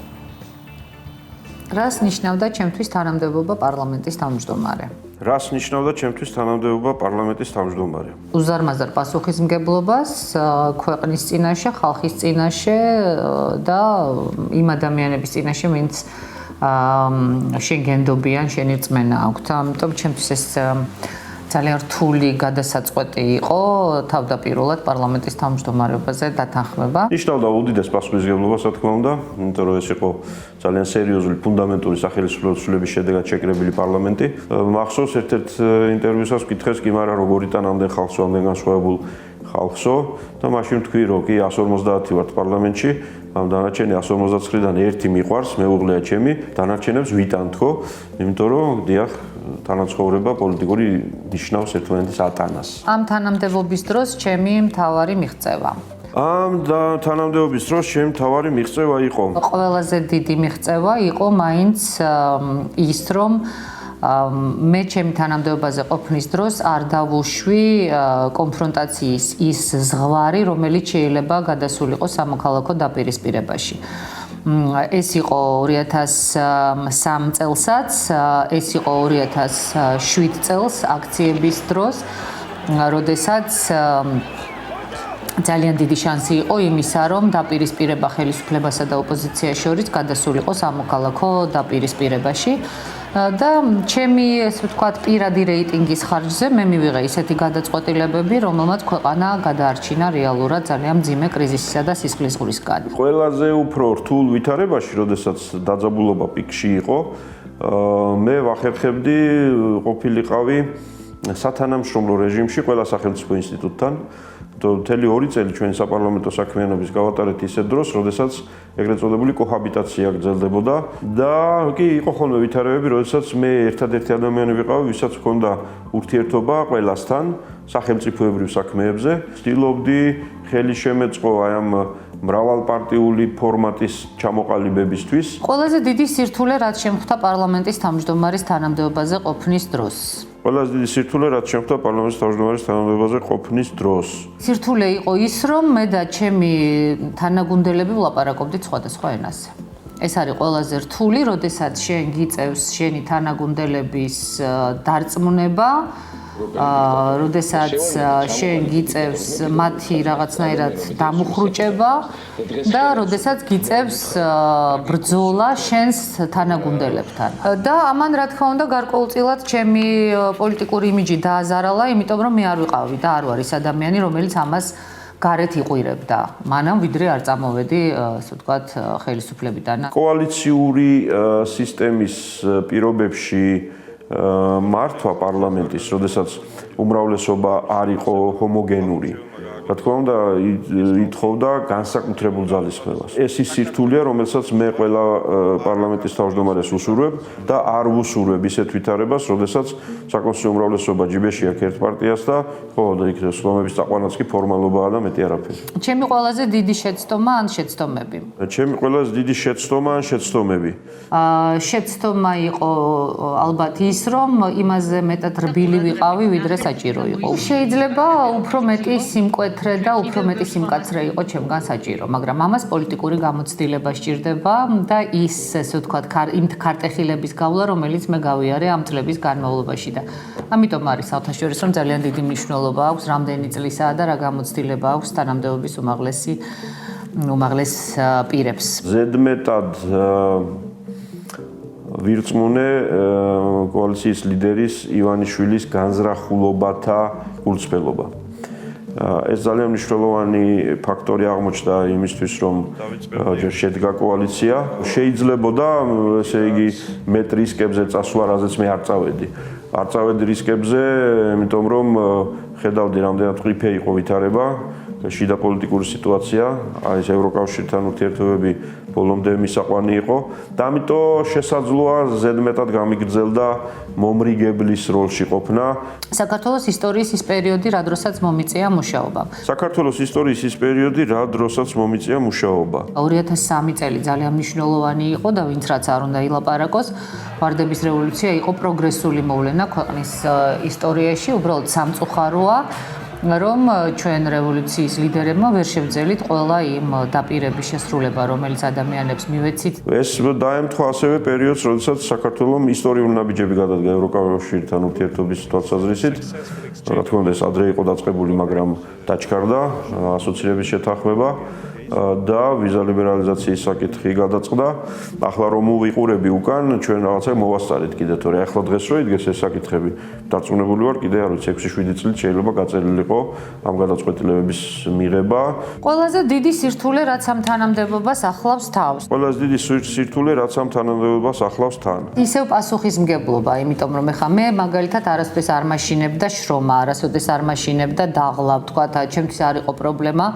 დილის 4 საათზე ჩამოსვლა საზღვარგარეთიდან და 9 საათზე უკვე პარლამენტში მოწესრიგებული და ასე ვთქვათ საათყოფნაში მისვლა. კონსტიტუციურად სახელმწიფოს მეორე პირი ხარ, პრეზიდენტის უფლებამონაცვლე ხარ და თითქოს ხო ყველაზე მაღალ იმაზე ზიხარ ტრიბუნაზე, შემაღლებულზე, იყურები გარშემო და უნდა მიხვდე, რომ შენ არანაირი ესე იგი ადმინისტრაციული ძალაუფლება, აღმასრულებელი ძალაუფლება, ფინანსური ძალაუფლება, რეპრესიული ძალაუფლება არაფერი არ გაქვს. ერთადერთი ძალაუფლების თუ გავლენის მოხდენის წყარო ესაა შენი ავტორიტეტი.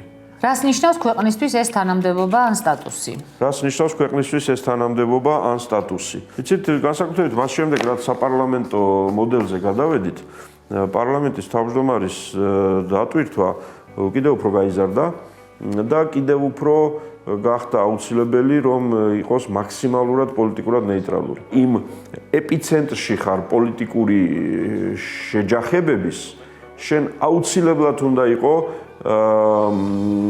რაღაცა სხვა სტატუსის მქონე სწორედ და ქვეყანაში უნდა ასხივებდე კომპრომისების და შეთანხმებების მაძიებელი ადამიანის რაღაცა სტატუსს, ოღონდ ამასობაში ძალიან მკაფიო და მკაცრ ჩარჩოებში. ერთის მხრივ ეს არის გარკვეულწილად და უნდა იყოს ყოველ შემთხვევაში ფიგურა, რომელსაც შეუძლია დიალოგის წარმართვა სხვადასხვა პოლიტიკურ ძალებს შორის. რეალურად ეს არის ქვეყნის სახე, ქვეყნის გარეთ და ეს უნდა იყოს რაღაცნაირად ქვეყნის როგორ გითხრათ, გამაწონასწორებელი ქვეყნის შიგნით.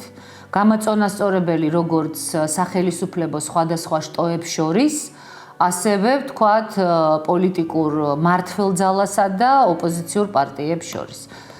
მნიშვნელოვანი თანამდებობაა.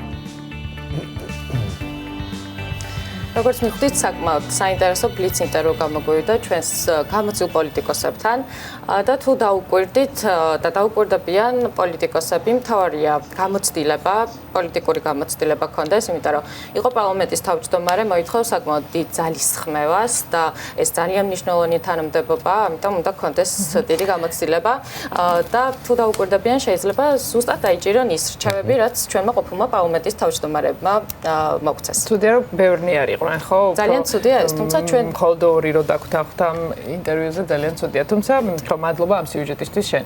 იკა. დაგემშვიდობებით, ჩვენ სხვა თემით გავაგრძელებთ. თბილისის წიგნის დღეები გუშინ დაიწყო და 1 დეკემბრამდე გაგრძელდება. ძალიან კარგი შანსი იმისთვის, რომ საკითხავი მოვიმარაგოთ. რა წავიკითხოთ, თუ არჩევანის გაკეთება გვიჭირს, უქმეებზე საკითხავ წიგნებს ჩვენს რუბრიკაში მწერალი და გამომცემელი ზვიად კვარაცხელი აგვირჩევს.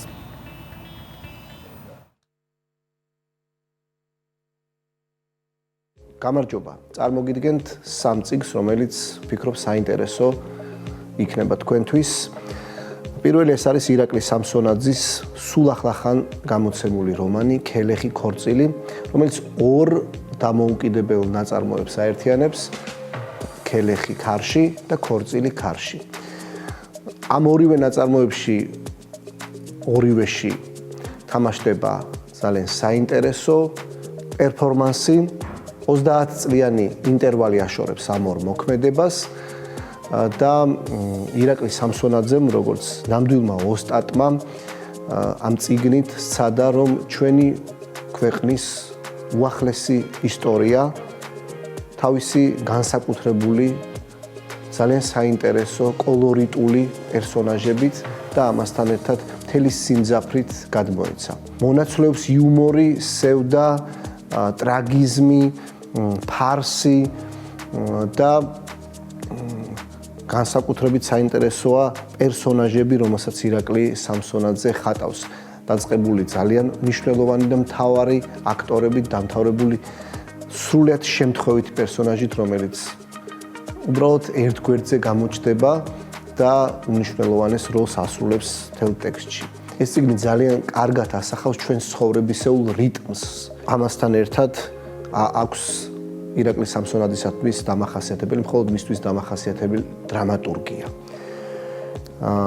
მეორე წიგნი ეს არის ნინო ხარატიშვილის რომანი მერვე სიცოცხლე, რომელიც ძალიან პოპულარული და აქტუალურია არა მხოლოდ საქართველოში, არამედ მთელ ევროპაში. ნინო ხარატიშვილს ჩვენ მადლობა უნდა უთხრათ იმისათვის, რომ ამ წიგნით ნამდვილი ამბავი მოყვა, საქართველოს ნამდვილი ამბავი მოუყვა დანარჩენ მსოფლიოს. ეს წიგნი უამრავ ენაზეა თარგმნილი და ნინო ხარატიშვილის როგორც მწერლის ღირსებად უნდა მივიჩნიოთ ის, რომ ოჯახური საგა მთელი თავისი ტრაგედიებით, დრამით, სიმძაფრით ძალიან შთამბეჭდავად მოუყვა გერმანულენოვან მკითხველს ჯერ და შემდგომ სხვადასხვა ენის მკითხველთან მიიტანა ჩვენი ქვეყნის ბედისწერა, არა რაღაც როგორც იყო ცნობილი პროპაგანდისტული გზებით თუ დამახინჯებულად, არამედ ნამდვილი ამბავი მოუყვა თუ სად არის საქართველო, როგორ ცხოვრობდა საქართველო, რა აწუხებს საქართველოს და როგორ გადარჩა 200-წლოვანი მონობის დროს ჩვენი ქვეყანა. ერთი ოჯახის ჯაშების ოჯახის მაგალითია ეს ნაჩვენები, რომლის თავზეც ფაქტობრივად ყველა გლობალურმა და მნიშვნელოვანმა მოვლენამ გადაიარა. ნინო ხარატიშვილის ამ წიგნში არის უამრავი პერსონაჟი და კარგად ახერხებს ავტორი, რომ ყველა პერსონაჟის გზა გამოკვეთოს და ყველა პერსონაჟის სათქმელიც გვაჩვენოს. შორენა ლებანიძის დოკუმენტური პროზა და მისი რომანი, ერთი დოკუმენტური რომანია ამ წიგნში და ორი დოკუმენტური მოთხრობა, პირველ ყოვლისა აღნიშნავთ დოკუმენტურ რომანს, რომელიც ევგენი მიქელაძეს ეძღვნება.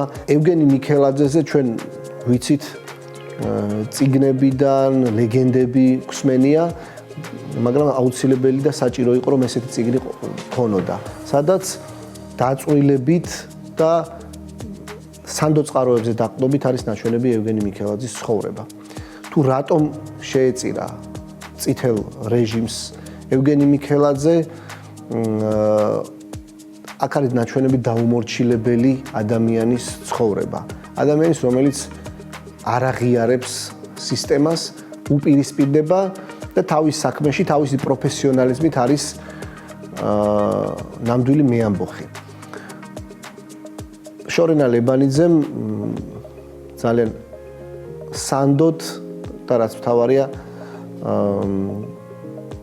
მიმზიდველათაც და ჩამთრევად მოგვითხრა ევგენი მიქელაძის ცხოვრების ამბავი. ასევე ამ წიგნში არის ორი დოკუმენტური მოთხრობა შესული, რომელიც ექიმთა საქმეს ეხება, ძალიან გახმაურებულ საქმეს 70-იანი წლების საქართველოში და ნაზი შამანაურის ცხოვრების ამბავი, ცხოვრებისა და ტრაგიკული აღსასრულის ამბავი. მე ვფიქრობ, ეს სამივე წიგნი საინტერესო და აქტუალური საკითხავია დღეს.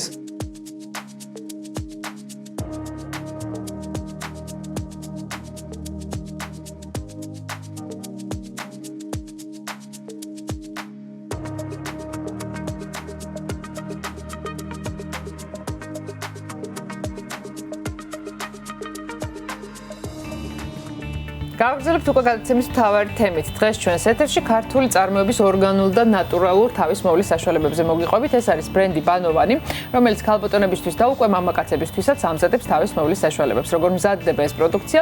ერთად ნახავთ. ჩვენი სტუმრები არიან ბანოვანის წარმომადგენლები ნინო ჩხეიძე და კეთი ჩხიკვაძე. დილამშვიდობისა, მოგესალმებით და მადლობა რომ ხართ ჩვენთან ერთად. თან რამდენი რაღაცები მოგვითხრა? თან რამდენი ხო, რაღაც გვაქვს საჩვენებელი ეთერში. რამდენი ხნის ისტორია აქვს ბანოვანს, კეთი?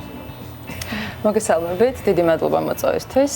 ჩვენი კომპანიის სულის ჩამდგმელი ვთქვათ არის თათია ურშაძე, რომელიც ამზადებს ამ ყველა პროდუქციას. ის 5 წელია რაც ამ სფეროშია, მაგრამ ერთი ადამიანი ამზადებს ამ ყველაფერს, ჩვენ ვთქვათ ხმარებით.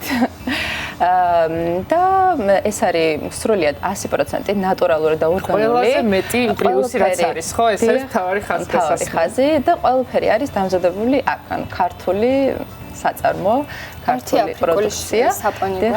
რომელი საპონი რომელია? აი, რო ჩამოვთვალოთ რეები, ხო? ანუ აი თამბე რამე ალაგია. აქ არ მზადდება. ამას და რა მახასიათებელი აქვს ისეთი რის გამოც ავერზამე. რატომ უნდა შევიძინოთ აფრიკული საპონი? აფრიკული საპონი არის სამკურნალო საშუალება. ის არის ძირითადად გამოიყენება ცხიმიანი და კომბინირებული კანისთვის.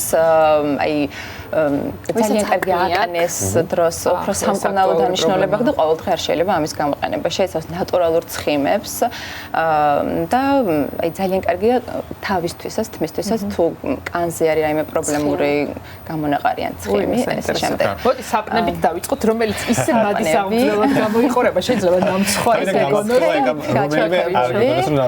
ნახე, ჩვეულებრივი საპონი, რომელიც ძალიან კარგია კომბინირებული კანისტრის, ის არის დამამშვიდებელი ეფექტი აქვს, ეს არის ლავანდა, მაგრამ ყველაზე კარგი არის ესე ვთქვათ სამკურნალო საშუალება ნახშირის საპონი. ეს არის ცხიმიანი და კომბინირებული კანისტრის, ძალიან სასარგებლოა აკნეს დროს, ზედმეტ ცხიმს, მავნე ნივთიერებს და ტოქსინებს წმინდავს სახისგან, მაგრამ ყოველდღურად მისი გამოყენება. აი ჩვენ შეიძლება ყოველდღიურად ფაქტობრივად ხო გვიწევს იმის გაკეთება მეიქაპის ხო მაკიაჟის და აი ამ შემთხვევაში თან ზამთარში ხა მით უმეტეს დამეწყო ეს რა ქვია ცოტა გამომიშრა. აქედან აი თქვენთვის ძალიან კარგია ზეთისხილის საპონი, რომელიც ძალიან კარგი ასე ნაოჭებისთვისაც.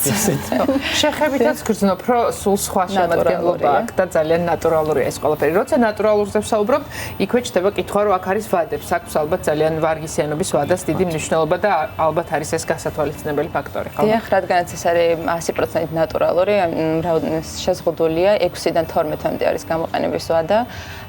ანუ შენახვის პირობების იქნება, ხო? მაგალითად, როგორ უნდა შევინახოთ რომ მეტი სივრ და გრილ ადგილზე იყოს. ეს არის coconut butter, ხო? ანუ ეს არის კოკოსის კარაქი, დიახ. და ეს არის ნატურალური, ანუ რაფინირებული არის, ანუ ამ თიაქებში რაც იყიდება ეს სხვა კოკოსი არის, ეს სხვა კოკოსი არის და ფასით მაგიტო განსხვავდება. ვისთვის არის უფრო მეტად ეს პროდუქცია? ყველა ტიპის კანისთვის თუ განსაკუთრებით თქვა პრობლემური, თუ გამომშრალი, თუ პირიქით, აი ვინ არიან ძირითადად თქვენი მომხმარებლები? ჩვენი მომხმარებლები არიან ძირითადად ყველა, შეგვიძლია შევურჩიოთ მას, მისი კანიდან გამომდინარე, როგორც ცხიმიანი კომბინირებული და მშრალი კანისთვის.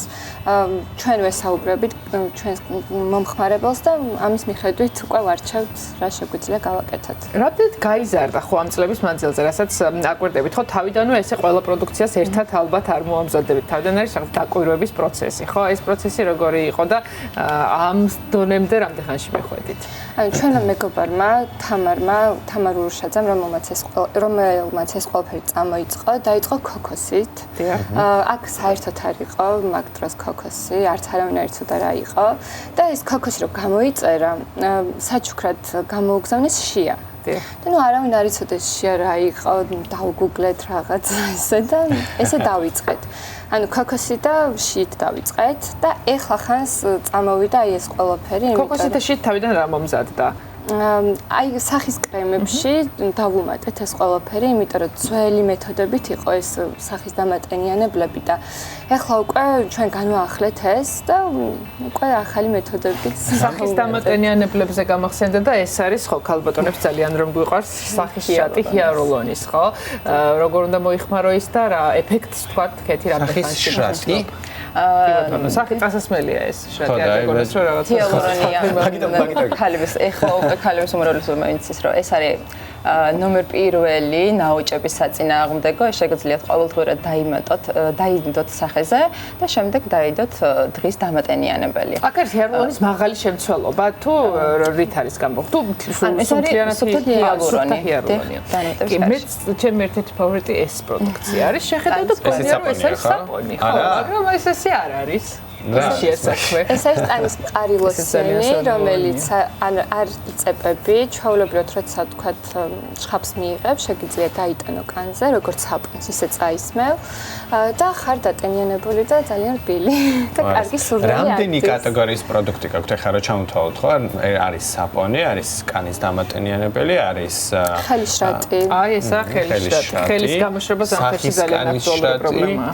კიდევ არის ეს. ეს ხელიშრატზე მინდა ვთქვა, რომ ეს არის ძველი მეთოდით დამზადებული, რომელიც ორთქლდება, ანუ თან რო შეხედავ შეგიძლიათ რაღაც ესეთი გაუმჭროვალე მასა არის. თავიდან ეს შეისხა, უცებ ორთქლდება და ხარ ჩვეულებრივად და აი ვისაც ძალიან გაუხეშებული აქვს ხელი, იმ დღესვე ნახულობს შედეგს. ანუ ასე მალე ნახავს შედეგს. აი ის ბომბები არის ძალიან საინტერესო, აბაზანის ბომბები ბავშვებს განსაკუთრებით უყვართ. ჩემი შვილის ფავორიტია. სადაც არ უნდა ნახოს ყოველთვის ესაა, ხო? სურვილი აქვს რომ ეს რატო არის ბომბები? ხო, ვინც არის ის, ხო? შეიძლება პატარა ექსპერიმენტით ჩავატაროთ, ხო? ვაჩვენოთ, რატომ ქვია მას ბომბა. და ის ფეთქდება, აბაზანაში უნდა გავავსოთ. ძალიან დიდი იმედია რომ კამერებს ამის შემადგენლობა ხო რა არის? ეს არის ძალიან საინტერესო. ძალიან კარგი რაღაცები. მოდი თან მოვყვეთ. დამატებით შეიცავს ვიტამინებს, რომელიც კანს აჯანსაღებს, ანოტივებს. ოპ. წავიდა მისი მოქმედება. ეს პატარა სივრცე ხა ამისთვის, თორემ რეალურად ერთი საკმარისია ხო, სრულიად აბაზანა რომ ამ სურნელით და გასაგები აბაზანას გავსე ბომბას. ამის შემდეგ აღჭირდებათ ტანის დამატენიანებელი. მარილი არის, ზეთები არის, ქოქოსი და ასე შემდეგ. მე მგონი ხატმოვა. არა. წამოვიდა. ой ой ой. არა, შავს მე მგონი აკროვა. კი ბატონო, პატარა სივრცე იყო, მე მგონი. და ხო, აღარ ჭირდება არც დატენიანება და ყველანაირ ეფექტს პრინციპში მოგცემს მხოლოდ ეს. აი, ამანდა მაინტერესა რა არის აქ. ტანის კარაქი. სუფლეს ვეძახეთ ჩვენ. მართლა საჭმელს გავს, იოგურტებითაა ოღონდ შეიძლება რომ შეიძლება. მე კონცენტრაცია შეჭამო ნატურალური არბიზარიზმი. მოდი, აბა დავტესტო, ხო, ეს ყველაფერი. და ხო, ეს სხეულის თუ დოზირება არის აქ საინტერესო, ხო, რადგანაც ამ დონის ხილიანია, ხო, ალბათ არ არის საჭირო, რომ ცოტაც კი საკმარისია. და რა უნდა ვქნა ახლა? უნდა შეიზილო. დამაზე ნუფიქრო, მაგრამ ჩემს მეგობრს ვაჩუქეს ხოთა შორის და მთელმა ოჯახმა მთხოვა, მე იმდენად მოეწონა. ნახე ხო, ძალიან ესევე მიხვდები. სანგებრელის უნია. პრინციპში ხო, რამდენად და სურნელიც დიდხანს ინარჩუნებს. ხო, მამაკაცებმა რო არის ფიქრობენ, რომ მხოლოდ ქალბატონებისთვის არის ეს სიკეთე. მე მგონი აშკარად დავიჩაგრეთ, იმიტომ რომ აქაც უყურებს. რა პრინციპში ყოფილი შეგიძლია შენს მოიხმარო საპონიდან დაწყებული, აბაზანის ბომბით დამთავრებული. აბაზანის ბომბით დამთავრებული. კარგი, ისე მაგალითად წვერის მოვლის საშუალებებით, მისის მოვლის საშუალებებით თუ გაქვთ მამაკაცებისთვის, ან რაღაცა კონკრეტული მამაკაცის ხაზი ცალკე გაქვთ, ხო? ეხლა როგორც ვიცი, რებრენდინგს აპირებდა ცალკე მამაკაცის ხაზი გინდა რომ გამო. ვაკეთებთ რებრენდინგს ერთ-ერთ უნივერსიტეტში გამოცხადდება კონკურსი, შეირჩევა ლოგო და სახელი. ანუ სტუდენტები არიან. სტუდენტები იმუშავებენ, დიახ, და შემდეგ გამარჯვებული წავა ევროპის რომელიმე ქვეყანაში. შვენიერი კარგი სამოტივაციო ეს აქვს საჩუქარი. მეც ჩავერთო მაგნუმ სტუდენტი არ ვარ, მაგრამ მოვიფიქრე. რა გამოკია. ეს სამოცა ეს არის ხო? წერის ზეთი, რომელიც ხო, რა მახასიათებლებით გამოირჩევა ის და როგორია დამზადებული? ეს არის დამზადებული ქაცვის ზეთის ბაზაზე, დამატებული აქვს ვიტამინები, რომელიც სურნელოვანი ძალიან კარგი სუნი აქვს, 100% ორგანული და ნატურალური არის. მე მგონი დავიტოვებ. და ის თმის აჯანსაღებს სტრუქტურას უცვლის, ანუ კი, განსაკუთრებით როგორ ან ზაფხულშიც და ზამთარშიც არის ტემპერატურა როგორც კი ადის, წვერზეც უხეში ხდება და ცირე რაოდენობა არის საკმარისი, რომ დაიტანოთ წვერზე. და ჩვენ ის გვაქვს კარგი რადიზატორზე. ანუ აქვს მნიშვნელობა დაბანის შემდეგ დატენიანებულ რა თქმა უნდა, დაბანის შემდეგ უმჯობესია სუფთა წვერზე დაიტანთ. ამ ყველაფერს რო ესე აიღო და გააკეთო მარტივი არ არის, ხო, რაღაცა ტექნოლოგიასაც უნდა ცოდნა ხო, თუნდაც ეს ბომბი როგორ დამზადეს. არის იყო რთული ეს, ალბათ სირთულეებიც იყო ამ პროცესში. ამაზე უფრო თათია ისაუბრებდა, მაგრამ ჩვენც ვიტყვით, რომ ძალიან ბევრი ექსპერიმენტი დაგჭირდა, რომ ზუსტ ამ კონსისტენციამდე მისულიყო და საბოლოო კარგი შედეგი მიგვეღო, ესე რომ ეს რა მითხრათ, ეხლა ამ ყველაფერს სად შეიძლება რომ მე აი აქედან რო გახვალთ, სად მოგაგნოთ ხოლმე, სად შეიძლება რომ ეს ყველაფერი მე მგონი ძალიან კარგი საჩუქრები არის ნებისმიერ ადამიანს გაუხარდება, განსაკუთრებით ქალბატონებს ალბათ და სად შეიძლება რომ ეს რაღაცები ვიყიდო. ეს შეგიძლიათ შეიძინოთ ჩვენ Facebook გვერდზე, ბანოვანი ქვია ქართულად, ონლაინ და ადგილზე მიტანის სერვისი კურიერი მოგაწვეთ სახლში. კარგი ადგილები კიდე ბაზრობები იმართება ხოლმე თბილისში და თავისუფლების ფოტოებს ნახეთ. და თბილისში. ძალიან დიდი მადლობა იმისთვის, რომ იყავით ჩვენი სტუმრები და გაგვაცანით თქვენი ბიზნესი და გაგვაცანით თქვენი პროდუქცია, რა თქმა უნდა, გისურვებთ წარმატებებს. დილის გადაცემა კი გაგრძელდება გიორგი ცხადაძესთან ერთად, შეგახსენებთ, რომ ის დილიდან ვირუსებზე საუბრობს და მნიშვნელოვან რეკომენდაციებს გვაწვდის. დილა მშვიდობისა კიდევ ერთხელ გიორგი. კიდევ ერთხელ დილა მშვიდობისა, მეგობრებო, მივესალმები ჩვენს მაყურებელს, ვინც ახლა შემოგვიერთდა და ახლა გადმორთო ჩვენს არხზე. ჩვენს ქვეყანაში ძალიან ცხელი პოლიტიკური მდგომარეობაა, თუმცა ვსაუბრობთ მედიცინაზე და ძალიან მიხარია, რომ ქალბატონ თამართან ერთად ვაგრძელებ საუბარს. ქალბატონ თამარ, ჩვენ წინა ჩართვაში ვისაუბრეთ თავდაცვის საშუალებებზე, როგორ უნდა მოვემზადოთ და შევიარაღდეთ ახალი სეზონისთვის. ამ ჩართვაში მინდა ვისაუბროთ აცრაზე, კომპონენტიანი და 4 კომპონენტიანი აცრა. როგორც ვიცი, ეს ორი აცრა არის. ამ აცრებზე რო ვისაუბროთ, ზოგადად რა არის განსხვავება 3 კომპონენტიანსა და 4 კომპონენტიანს შორის? პირველ რიგში ვიტყვი იმას, რომ გრიპის ყველაზე კარგი თავდაცვა არის სწორედ ვაქცინაცია. არსებობს 3 და 4 კომპონენტიანი ვაქცინები და ეს ვაქცინები განსხვავდება იმითი, რომ 4 კომპონენტიანს ერთი B გრიპის ვაქცინა აქვს კიდევ დამატებული. აი ეს არის სხვაობა.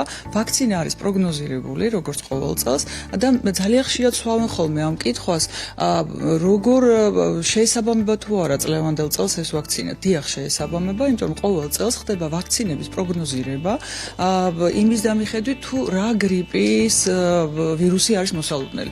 შესაბამისად, წლევანდელი 3 კომპონენტიანი და 4 კომპონენტიანი ვირუსები დიახ არის პროგნოზირებული და განსხვავება სწორედ ეს არის. ერთი B გრიპის კომპონენტი არის დამატებული აი ამ ვაქცინაში. ესე იგი, გალბატონო თამარ, ყოველ წელს იმის დამიხედვით შემოდის ეს აცრა, რა ვირუსებიც არის გავრცელებული და ყოველ წელს ეს აცრა მოსალოდნელი, დიახ, და რა ეს აცრა ყოველ წელს იცვლება. ყოველ წელს იცვლება იმის დამიხედვით თუ რა გრიპი არის პროგნოზირებული.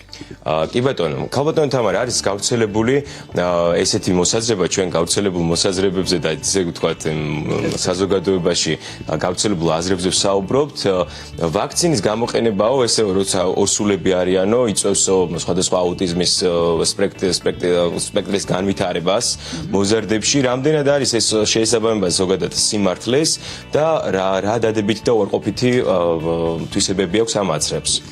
პირველ რიგში ვთქვათ, რომ ორსულები რისკის ჯგუფს განეკუთვნებიან და შესაბამისად ჯანდაცვის მსოფლიო ორგანიზაციის რეკომენდაციებით ისინი აუცილებლად წარმოადგენენ გრიპის ვაქცინას დაქვემდებარებულ კონტინგენტს, ისე როგორც ქრონიკული დაავადებულები, ისე როგორც ვთქვათ, ბავშვები ადრეული ეტაპის ასაკის, ვთქვათ, ძალიან მნიშვნელოვანია, რომ შაქრიანი დიაბეტი დაავადებული აიცრას, HIV ინფიცირებული მაგალითად, ანუ ის რისკის ჯგუფი არიან ის ადამიანები, ვისთანაც შეიძლება გრიპი გართულდეს ძალიან მძიმე და გამოიწვიოს სიკვდილობა. ასე რომ ეს მითია, რაც შეეხება აუტიზმთან აცრების კავშირს, ეს ჯერჯერობით არანაირად არ დასტურდება, შესაბამისად ჯერჯერობით მხოლოდ მითებზე ვსაუბრობთ. კი ბატონო, ძალიან დიდი მადლობა. იმაზეც რომ ვისაუბროთ, კიდევ რომ ვინ განეკუთვნება რისკ ჯგუფებს, ვისთვის არის აუცილებელი რომ გაიკეთოს განსაკუთრებით აცრა? აუცილებელი არის ეს აცრა, როგორც ვთქვი, ყველა ქრონიკული დაავადებულისთვის, მაგალითად ბრონქული ასთმით დაავადებული.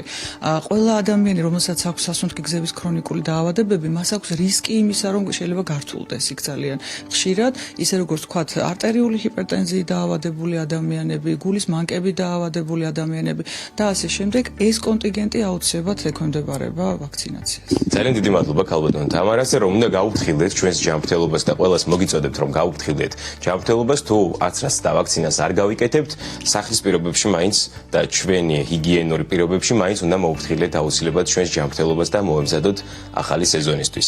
ამინდის პროგნოზს აგიკითხავთ, მეგობრებო, ბათუმში +16 გრადუსის სითბოს ვარაუდობენ სინოპტიკოსები. ფოთში ჰაერის ტემპერატურა 17 გრადუსამდე აიწევს, სოხუმი +15, ზუგდიდი +19, ხოლო ცაგერი +13 გრადუსი. მესტია +11, ოზურგეთი +17, ამბროლაური +14, ახალციხე +8 გრადუსი. სამტრედიაში კი 10 გრადუსია ნავარაუდები. ქუთაისში სინოპტიკოსები 18 გრადუსს ვარაუდობენ, ხაშური +10, ბორჯომი +9, ბაკურიანი +6, ხოლო გუდაური +2 გრადუსი ტემპერატურა. ცხინვალი +10, გორი +11, თელავი +9, რუსთავში ჰაერის ტემპერატურა 17 გრადუსს მიუახლოვდება, ხოლო ჩვენი დედაქალაქი თბილისი +10 გრადუსი ტემპერატურა. ძალიან დიდი მადლობა ქალბატონ თამარს, ძალიან დიდი მადლობა ავერსის კლინიკას. ჩვენ ასეთი საინტერესო თემებით, გემშვიდობებით და ბედნიერ უქმეებს გისურვებთ. დიდი მადლობა, კარგ დასვენებას გისურვებთ, რა თქმა უნდა, შენც გიორგი ამ უქმეებზე.